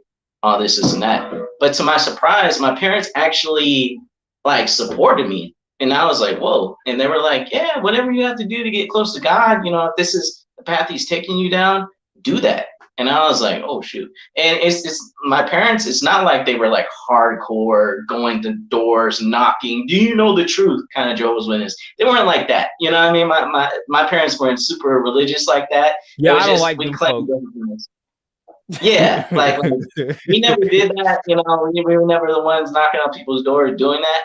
But, you know, of course, we claimed Jehovah's Witness. We went to the church maybe twice a year, to the Kingdom Halls is what they call it, for like special service or whatever. That's as far as it went for me. And it's like, you know, me and my dad, we necessarily don't agree on the doctrine of the Trinity. Like, he still doesn't believe that Jesus is God, and I do. And I'm like, that's fine, you know, and I just leave it to God, and I say, God, you know, reach my dad and help him to understand what it is. Even though we've had theological discussions about this kind of stuff. And, you know, at the end of the day, it's not for me to force someone to believe anything, because we can't.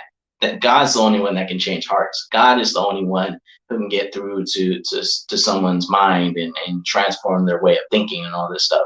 It's God's job. It's not my job to transform anybody, because I can't do that. I'm not Jesus. So at the end of the day, I've presented the gospel. I've, you know, presented, you know, theologically why Jesus is God. And now it's on my dad to either receive that or not, but I can't force him to do anything. So at the end of the day, like for me, I'm super glad my family didn't disown me. Even like some of my family members who are still Jehovah's Witness, they know like what I represent. They know, you know, what I believe. And it's like, but we respect each other at the end of the day. We may not agree, but we respect each other. And I say, hey, y'all believe what you want, I'm gonna believe what I want, and that's it. But as far as disowning a family unit, I didn't really have to deal with that, if I'm just being honest. Well, I think like what it talks about, like, and maybe Lonnie and Eddie may know what I'm talking about when we're talking about this. It's the and this is examples that I was given from other people, because I didn't grow up, like I said, I did not grow up in the church with my family. But like examples of that would be like what I mentioned earlier. Oh, I'm like your dad, or they'll be like, they'll try to take the role of mom and dad. They'll try to like, say if like there's like something like, say if like, I don't know, Eddie, you have a sister. If there was smoke between Eddie and his sister, they would like, hey man, you know, God will give you a new sister. You know what I'm saying? Like God will give you, God will fill in these places where other people have fallen short, or they don't fall into this performance-based love package that you put together for people. And that's not Jesus's love. If you are married, they do not respect boundaries. Meaning if you got it, say if like, say if you have and smoke with your wife, Johanna, Queen Johanna, you know what I'm saying? And the church is like, you know what, girl? I mean, like, he really ain't all that. I mean, like, I swear he puts filler in his beard. That ain't even really his real lineup. Like, I mean, he may not pray. I bet he only prays to God 3 times a day. Like, it's you trying to, I'm serious, because even bad marriages you have to honor at that same time. It's supposed to be God. It's supposed to be God, the wife, you know what I'm saying? Yep. It's supposed to be God and partner to partner. It's you trying to like not honor that, and then trying to like almost put yourself in it, in a sense. Like, so I'll tell you something I'll never do. Somebody, and black people know exactly what I'm talking about. Somebody child getting disciplined in public, whether you think that discipline too harsh or too subtle, don't you get in that ain't nothing to do with me. Ain't none of my business. You know what I'm saying? Black people are the best at minding their business. White people are the ones that get caught up in trouble all the time, because every time something bad go happen, they're like, well, what was that? Maybe. Hey, well, you know what, Jimmy, we ought to get up in that. Or, ma'am, I don't think you should be talking to your kids like that. Be like, who asked you? But yeah, that's what I'm talking about when I'm saying like dishonoring the family unit. Eddie and Sister Ron, you got any examples of that? I mean, both y'all are married. So like not to each other, obviously, for those that might just be tuning in. But but both y'all are married. Y'all might be able to speak to that a little bit better. What you got for me, Sister Lonnie? You got your mic all ready up. I'm ready. I think you disconnected. No, you're not. You're fine. You're fine. I'm you bugging. Can hear Go me? ahead. Okay. I was like, for me, like a small example is my husband came from Southern Baptist. I came from a Black church. Okay. It was different. But I wanted to see, try different churches, and everyone was like, where are you going? What are they saying? What are they preaching there? I'm not so sure. And then another example, when I was younger, my mom, she was a single mom, and we were going to a church, really, had great connections there. She met my stepdad. They were going to get married, and they began to call him the devil man. They told her that she isn't to marry him. And she obviously did, but I was like enrolled to go to school there because they had a school. And I got pulled out because they were like, he's the devil man, your family is doomed, all of this stuff, because he came from a different church. And like, he was a Christian, he just came from a different church. So it was, they were like, you're not a part of us anymore if you go and you leave this place. And so for many, many years, close friends that we had, whom I call, family, like aunts and uncles, stopped talking to us. And then years later, they apologized and said, you know what, it was a cult. Pastor was cheating on his wife with someone else's wife. We're really sorry. So yeah, it was pretty crazy. But yeah, it does happen. You say,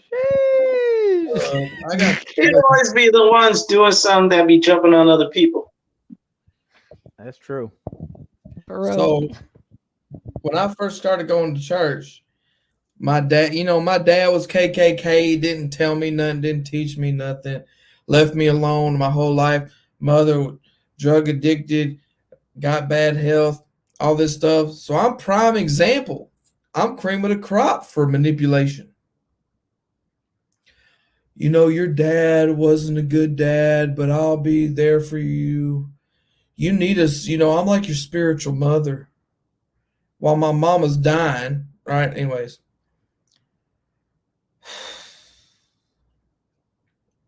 I hope you know that we're not laughing because we think that's funny. It's like that, the nerve of people. My God. No, I'm not mad at nobody. It just takes a lot. Cause like I haven't really dove into this topic because I try to ignore it. You feel me? I try to ignore it.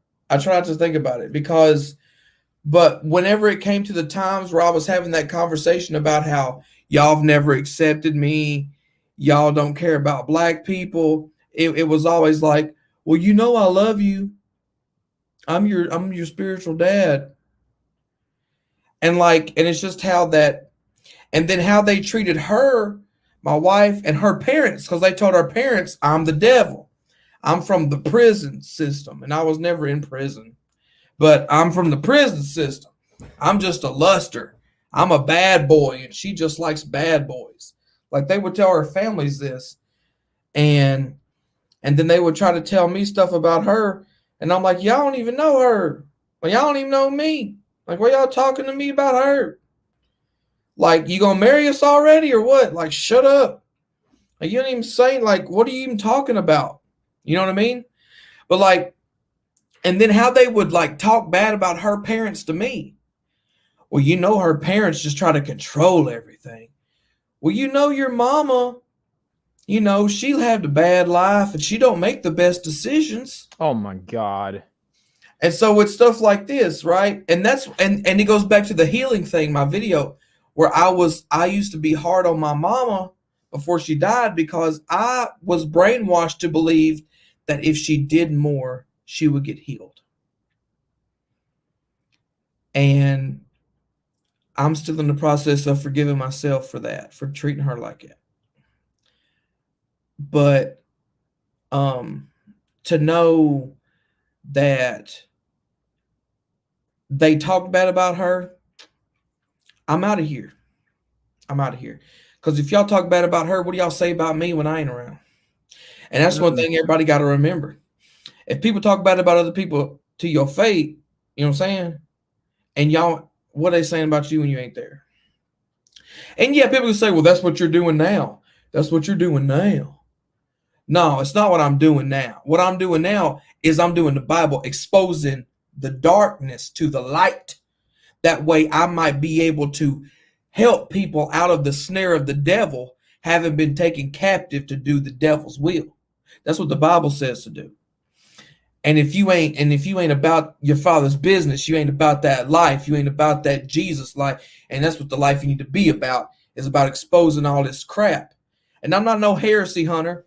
I'm not out here doing that. I'm not even blasting nobody's names. You want to know why? Because it ain't going to save my life. But you know what it will?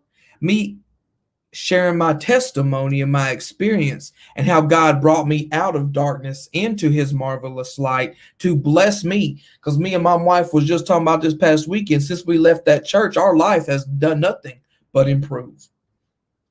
Be blessed.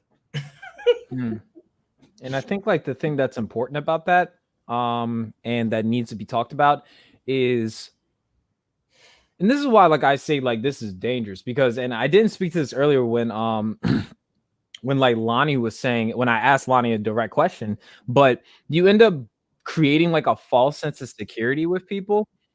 When we're talking about, for instance, like, and I don't speak on other religions because I'll critique the religion in which I partake in. You know what I'm saying? I'm not going to critique other people's, like spiritual life and higher calling and whatever you want to align yourself with, whatever gemstone and horoscope that you subscribe to. I'm sorry, I hate horoscopes, by the way. And Christians that are that are really big on horoscopes really get on my nerves, but I'm not going to get into that right now.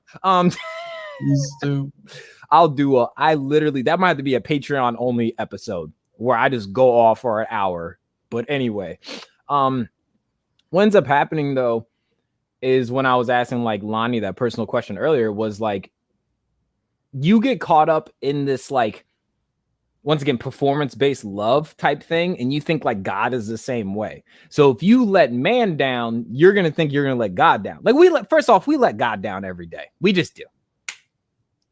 We literally, like, every time I get on 95 and somebody is pro-choice with their turn signals, I I let God down, whether it's with what I say or what I wanted to say. You understand me?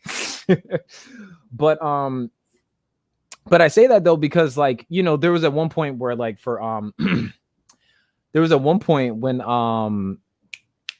Lonnie was saying, like, you know, I thought like maybe me and Jesus weren't good. And at one point I was starting to have like conflictions with me and my faith. I was like, oh crap. Well, maybe because I'm speaking out about this stuff and nobody else is, maybe I'm doing something wrong. You know what I'm saying? Mm-hmm. It's when we were talking about, like, like I said, I did my whole, like, so if anybody wants to check that episode out when I'm talking about why I left my old church, go check it out. But like, I was like, well, maybe I'm not really hearing from God because I'm not hearing what everybody else is hearing. Let me tell you something. Your conscience and a calling from God is a one-way call, not a conference call. Okay. Sometimes when God gives you an assignment, it ain't a conference call. It ain't a group project. It's your assignment. You know how I know that? Because when you die, you go to court by yourself. You don't even get a lawyer, just Jesus. He's going to show up. I don't really know this nigga. Or you're going to be like, yeah, I know that nigga. Like, that's about it. My dog is going crazy over here. But yeah, man, that's why I think that's super dangerous. And the last one, and this one's very easy to go into. Very, very easy to go into. I'm gonna need y'all to chill out though. I can already. For some odd reason, like I said, my discernment and Lonnie's eyebrows. This is the last one because I kind of compounded two of them together. Crossing biblical boundaries of behavior versus sexual purity and personal ownership.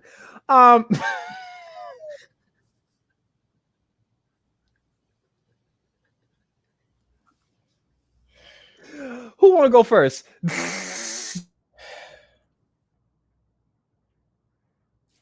is the last one. Who wants some? Go on, Lonnie. Go ahead. Ladies first.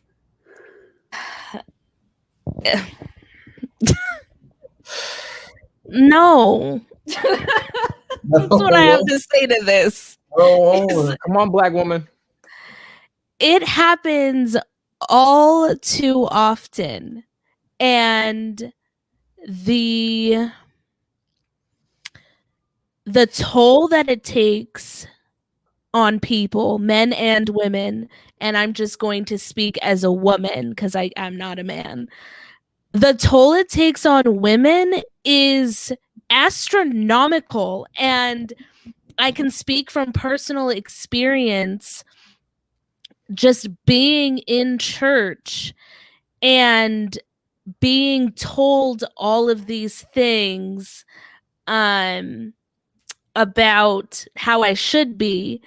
But then there be these people, some leaders too, crossing all the boundaries, okay? And and let me tell you, I will not make faces again. I'm so sorry. I be making all the faces, okay?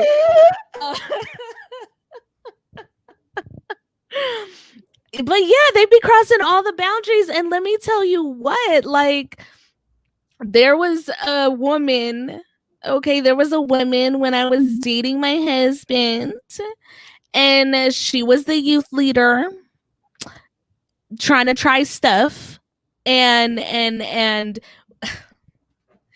I can't even believe I'm telling this story right now. This is crazy. We went on a missions trip. Well, we were gonna go on a missions trip, and this woman had to call had the pastor hit up the Southern Baptist Convention to make sure that it was okay that I went, because he and I weren't married, and she was trying to come up with scripture as to why I couldn't go because we weren't married. I couldn't go on a mission trip, and she was crossing all the boundaries with someone else for 10 years. Yeah, which was one of her former students. So it's like, bruh, what? Yeah. And the person that she was crossing boundaries with came on that mission trip. Sure did. Pow. Listen, when I was trying to get with my wife, they told her that it wasn't God. They straight up just said that. They just said out the gate, "This ain't God." Okay, you God now, I guess. I reckon.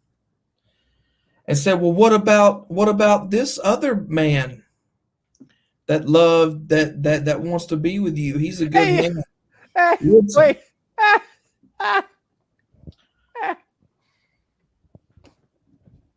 Lonnie. Sorry. The whole damn train. Shoot. Good. We good. This is a therapy session. This is a family show. Go ahead. Go.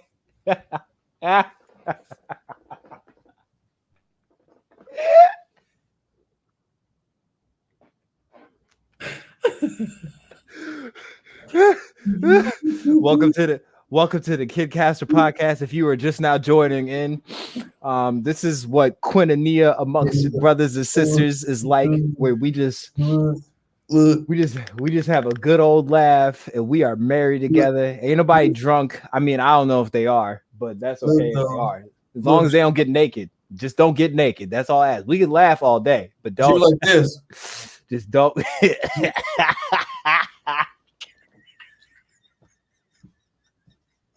You threw the whole tree. All right.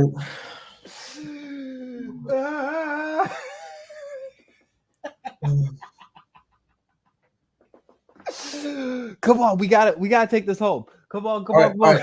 Okay, so where was I at? Oh, so they told my wife, well, this other man loves you and he is good, but he was tall and ugly and she didn't like him. And so, but because I was the bad boy, I was the devil. And so, and it just blew my mind that all these people was saying that I was the devil. And hold on, we'll go back. So I was molested when I was a kid, right? By an older male cousin. Okay. The first time I told anybody about that, the first meeting I had was them telling me, was the associate pastor, right? We've talked about associate pastor several times. He whose name must not be mentioned. I don't care. I just don't even want to give him no gas. But he sat me down and told me, well, we got to make sure you don't have a homosexual demon on you. And I never once struggled with homosexuality, right? I had things done to me. I wasn't like I enjoyed them. I was like, yeah, let's do this. No, I wasn't cool. I wasn't cool with it. But because I had said that I was molested by a man, that means that I must be gay. And I got a gay demon, and we got to rebuke this gay demon off of me. And I knew from then on out, I said, your mans can't handle my life. Y'all know my testimony. Casper knows a little bit more of my testimony. You can't handle my life. If you're just going to jump to assumptions about what sexual purity, you're just going to automatically assume something without even asking me, how do you feel? Right? We're not even going there. We're not even going to try to build relationship. We're just going to automatically assume gay demons is amongst us. So we got to get that. But that also happened in other people that had come to the church years later that I noticed who might have struggled with homosexuality, or maybe they were like 22 and were with a 16-year-old girl or something. They would do this to other people, where they would watch the people like hawks and wouldn't let them go to the bathroom and being weird like that to them. And I just noticed that, and I said, man, something ain't right about y'all, man. Y'all sitting here judging people over some sexual stuff. What do y'all got in y'all's closet? You know what I'm saying? Can I say something? So two things. So one thing I do want to check about is we in my learning, we don't call it struggling with homosexuality, more so finding their sexual identity. We don't want to make it seem No, I'm not saying you were saying that because we talked about this plenty of times. So that's one. But two, can we just talk about how Christians are so quick to talk about somebody doing something with homosexuals, but be having heterosexual sex outside of marriage? Do you know how many pastors talk about honor the sanctity of marriage, but got incognito tabs open on their phone and on the .hub? Don't play with me. Can we talk about Tyler? What is that on your screen, King? What the hell? Yeah, he's good. He said, I'm out. And let me just go back and let me just go back for a minute. Just say I apologize if that seemed offensive. No. But I need to say that I ain't trying to be blasting nothing or say something is now and the other.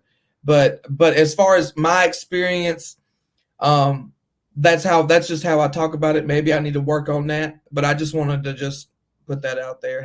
Good. You feel what I'm saying? No, and we talked about this, but I've learned that in my journey of deconstruction, I don't like to call it a struggle, because some people look at it as a struggle for cis like heterosexual people. Some people are like, I'm just finding my sexual identity. We don't want to make it seem like it's a struggle because there's a stigma that comes with that, I guess. That's all. But we're good. All good. No, The love is real right here. I'm still working how to navigate. Oh, bro, all the time. That's why. That's why. You know, in school, if you didn't play sports, they called you gay. Facts. You know what I mean? Like, so we'll talk about toxic masculinity another time. Yeah, we can get that going. But I mean, you know what I'm saying? That's my background. I'm 31 from the South, so you feel what I'm saying? I just feel like saying that, like, don't want to turn nobody off, but yeah. So. All good. Hey, this is why we learn. Look, I always tell people we teach out of not so much mistakes. Yeah, we teach out of mistakes. Like, hey, I'd be like, hey, Eddie, we don't say that. We don't, like, I had to get checked. What was it? It was a couple weeks ago. I was like, what did I say? I was like, man, you skinny like a chick, like as if there's something wrong with being skinny as a dude. You know what I'm saying? And I said that. And I'm skinnier than I'm a beanpole with size 12 shoes, look like a capital L when I stand to the side. You know what I'm saying? I didn't realize that puts a lot of, I'm serious, that I didn't realize in my manliness or lack of manliness, I don't know, that I put this unnecessary pressure on women's body standards by saying, oh, you're skinny like a chick. And then what does that do? That creates a space of shame for women by saying, oh, yeah, you ain't skinny, you have manly type features. And I was just like, but and I was just like, oh, you're right. Deconstructing all the time. But yeah, toxic masculinity, that might be later this week. I don't know.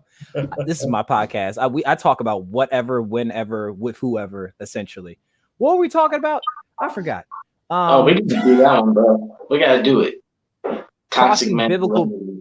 We'll talk about that another time. But yeah, crossing biblical boundaries of behavior. Hold on. I want to go on that personal ownership joker. Go ahead. Because look, the whole thing, you are not your own. All right? I know y'all have somebody's had to hear this beside me. How you are not your own and your pastor knows what's best for you. That line. That deal. How I come to and I said, I had a vision and the Lord was telling me I'm going to make music and get people born again through my preaching and music. You can't do nothing for God with music. You need to just be a preacher. Are you a preacher? Did God call you to be a preacher? Are you a preacher? What are you? Are you a preacher? You're a preacher. And it's like this constant barrage of telling you what you are while negating and never asking you, well, what's God telling you? And then and then you find out 5 years later the man ain't been praying about something. So have you been praying the whole time? Where's your counsel coming from? You're just giving me random knowledge or what? Just telling me what you want me to do? And it was by the grace of God. I just didn't give a rat's tail about the Bible or Jesus or anybody. Because so many times I was like, why am I even going to church? Why am I even listening to this? Why am I even doing this? And God would just whisper to me, because I'm God. I love you. I have a purpose. You know what I'm saying? Like, it was little stuff here and there where God was just trying to help me get out of that, But it goes back to that thing where when you're praying, are you hearing God or are you hearing your pastor? Are you hearing God or are you hearing your pastor's wife or your youth pastor or sister, Bethusa or whoever else and their mama and uncle and auntie, and you ain't hearing nothing from God, you're just hearing quotes from men. If when you're praying and you're seeking God and you hear nothing but man quotes and you hear no Bible verses, that should let you know that you are being manipulated and brainwashed and people are telling you what you need to do with your life and not God. Because every time I've been close to God, and I'll say this, and I don't say this is a blanket statement for everybody. Anytime I've been close to God, God will always give me Bible verses. He will always give me scripture. And that's how I know. You want to know why? You want to know why he gives me scripture? Because I've been in here. I've been in the Bible. I haven't been just sitting under a man and listening to a man. But when you're in a manipulative church who's crossing biblical boundaries about personal ownership, they're going to tell you that you're not your own, that they know what's best for you. Hold on, here we go. You ready for it? They have secret knowledge. Oh. They have secret knowledge from God about your life. Hold on. Look, where's he going? Where are you going? Look, he's going to walk around. Anyway, so look, so they'll tell you that they know more. They have a greater revelation. Okay, all this stuff, and they'll keep stacking it on top of each other. And I'm trying to tell you, if someone's telling you that they know more about you than you know about yourself, and all this, look, here you go. There you go. Bam. This right here, this book.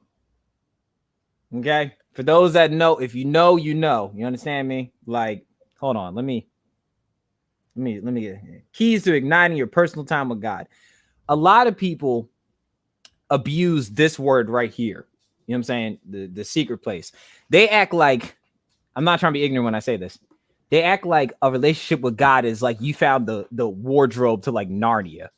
It really, I'm so serious. It really ain't that deep. I mean, like, because there's a reason why people, when they say any last words, and some people will be like, God, forgive me, because you can establish a relationship like that.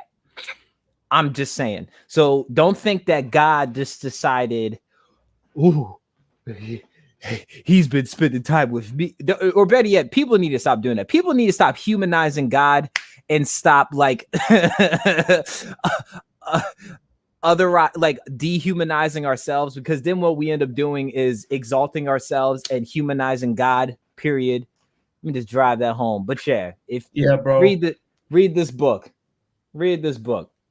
You should not have an identity crisis as a disciple of Christ if you read this book, Secrets of the Secret Place by Bob Sorge. I'm saying, I got 5 of these books. If I need to send a copy to somebody, I got you. Go ahead, Eddie.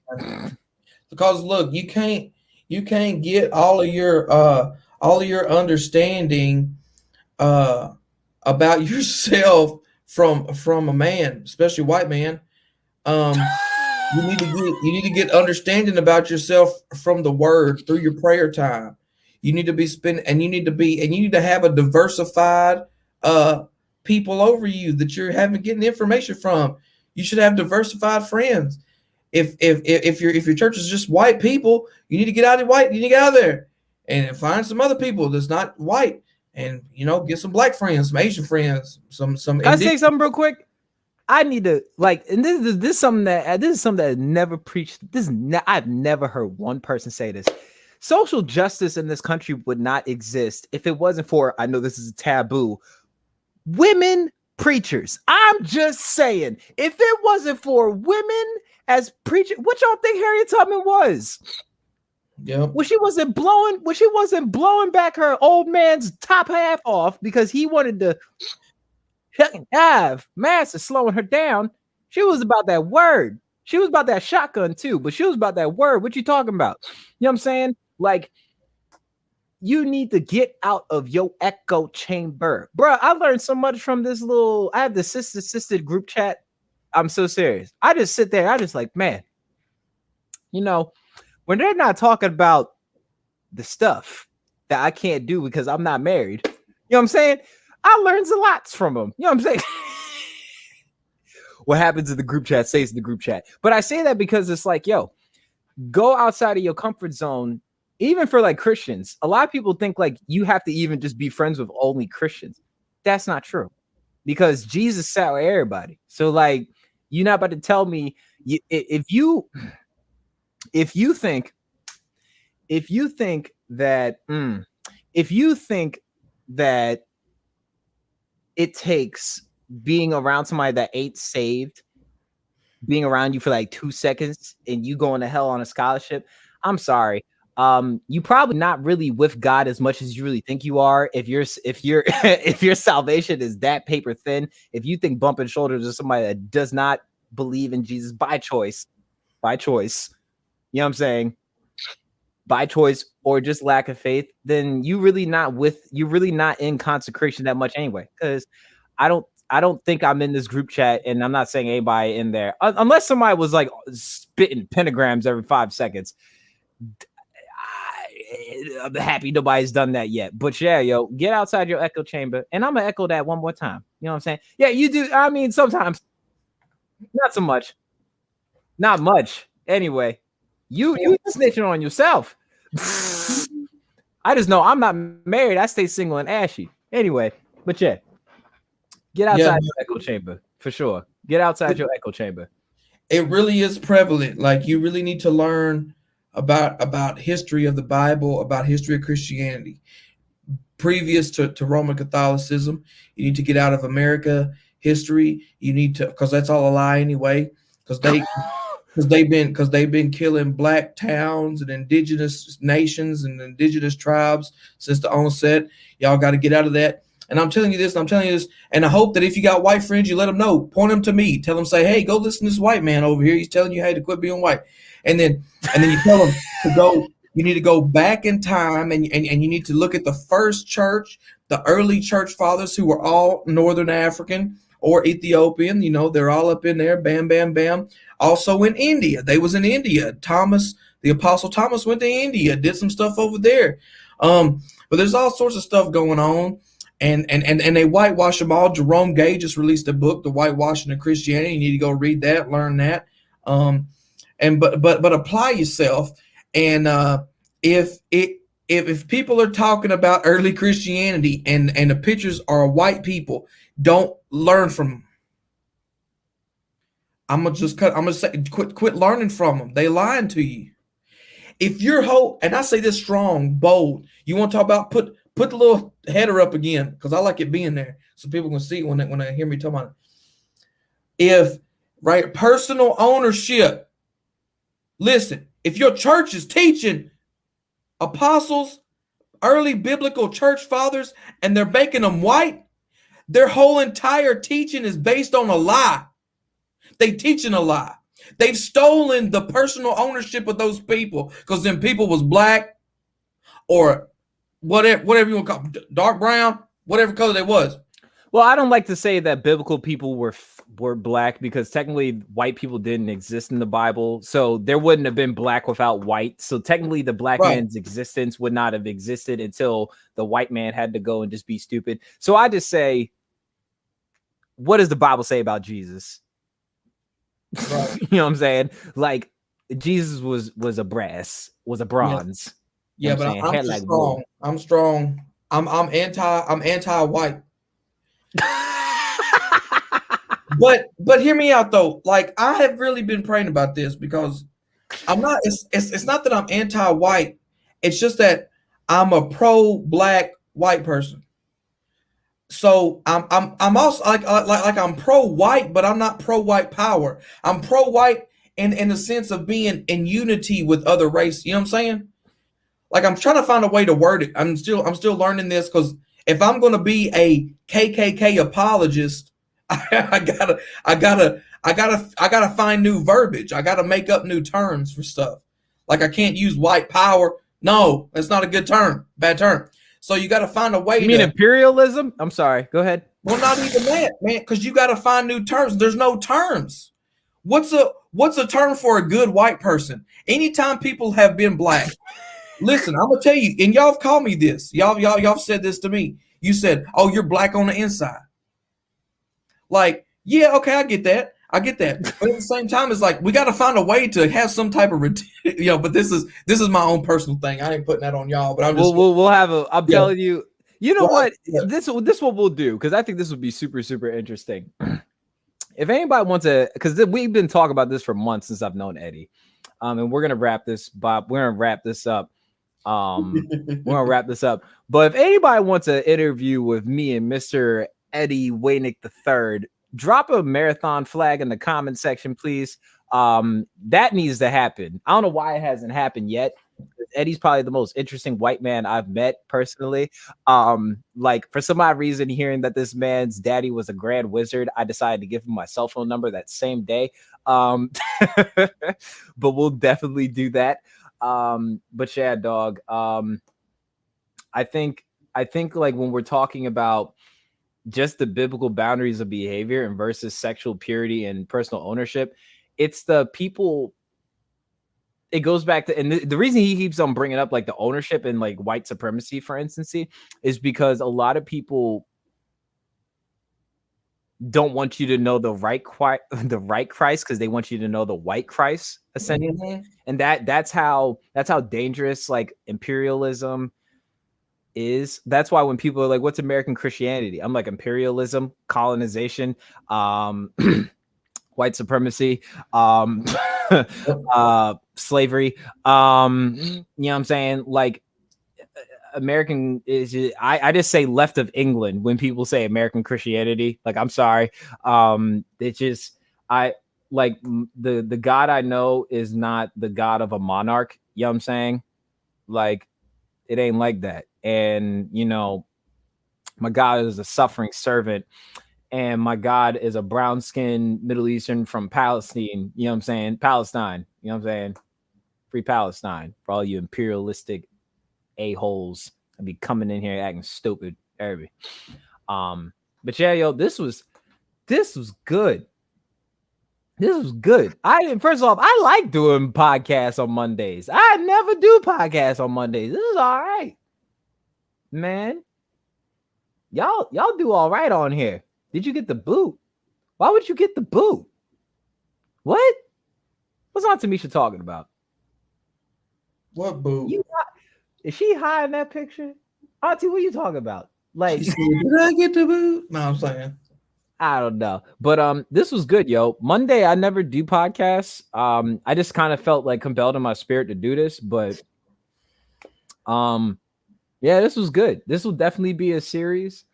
As far as trying to navigate in this journey of deconstruction, if you're a part of a cult or not, it's all about just taking things off of your faith. You know what I'm saying? You know, Black people like to wash their meat before we cook it. You need to do the same thing with your faith. I'm serious. You need to wash that joint before you use it. I'm just saying, like, hey, you know what I'm saying? Like, before you eat your food, before you eat, you wash your hands, right? You need to make sure that your faith is clean from the dirtiness.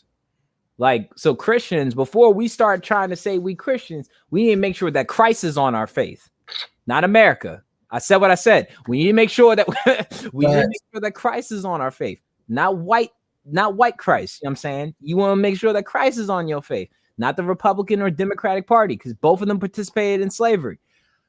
If you want to be a Christian, make sure Christ is in your being. You know what I'm saying? Yes, the meat. Because anybody that don't wash their meat before they eat it is demonic. I don't trust them. I really don't. Anyway, this was good, y'all. Yeah. It's some good stuff. I'm gonna have fun editing this. Like, for real. This is probably one of my favorite podcasts. I have no idea what I'm doing tomorrow, because apparently Jess may not be doing a podcast tomorrow, so I might pray on it. But yeah, this was good. Thank y'all for coming through. Eddie, I didn't even think you want to show up. Sister Lonnie came through. The sermon and eyebrows. Girl, I'm gonna have to have you back on here, girl. You had me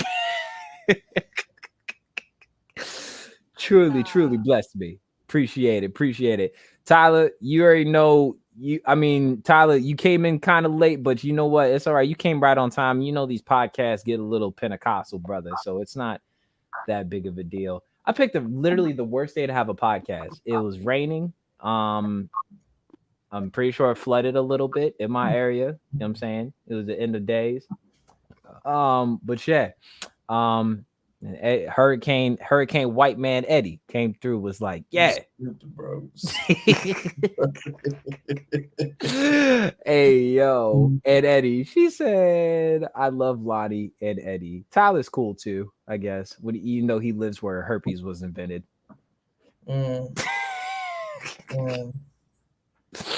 Terrible. She said, and Eddie. And Yeah, we gotta remind people. Like, it's like that's what I said in the group chat earlier. Like, what was it yesterday? So what's up, kings and queens, and Sean, Caleb.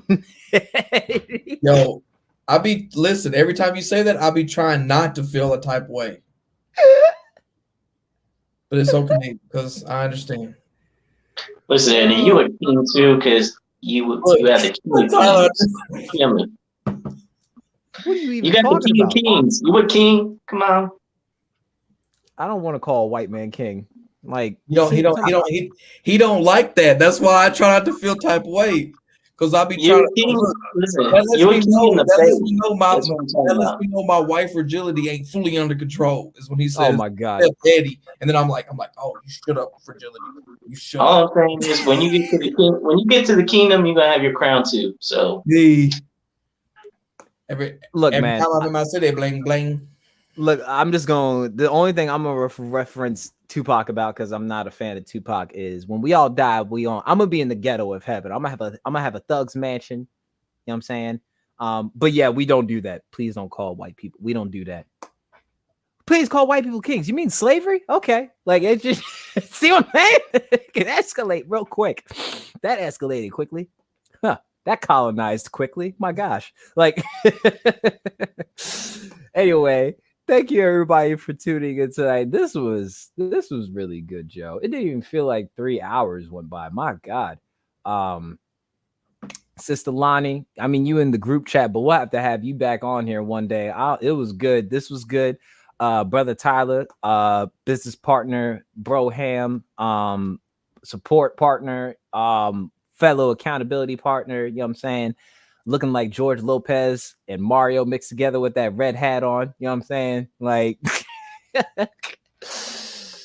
oh my goodness. And Brother Eddie, I mean, yeah, this was really, really good. This was a good conversation. You know what I'm saying? This was important. We talked about race, misogyny. We talked about love bombing, gaslighting. Oh yeah. This is gonna be fun to edit. I have literally no idea. Jess, we'll talk about this later, probably in the Zoom.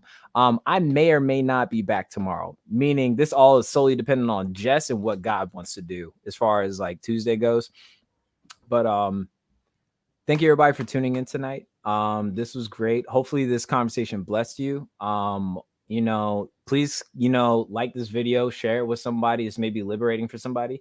And where to go? Considering signing up for our Patreon. You know what I'm saying? $2 a month, bare minimum. You get lifetime of incentives. You get you get the dope. You get like the dopest wear on the internet. You know what I'm saying? Lonnie, you ain't slick either because you own a business.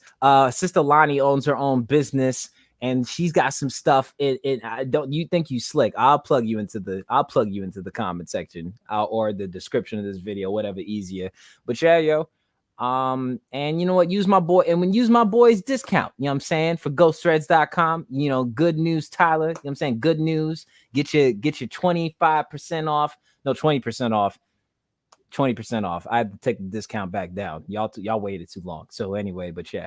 I gotta pay bills. My car notes are due next week. I'm just gonna keep it $150 with you. I'll do this for free, but nigga, the Lord will provide. So yeah. I'll talk how your pastors won't talk.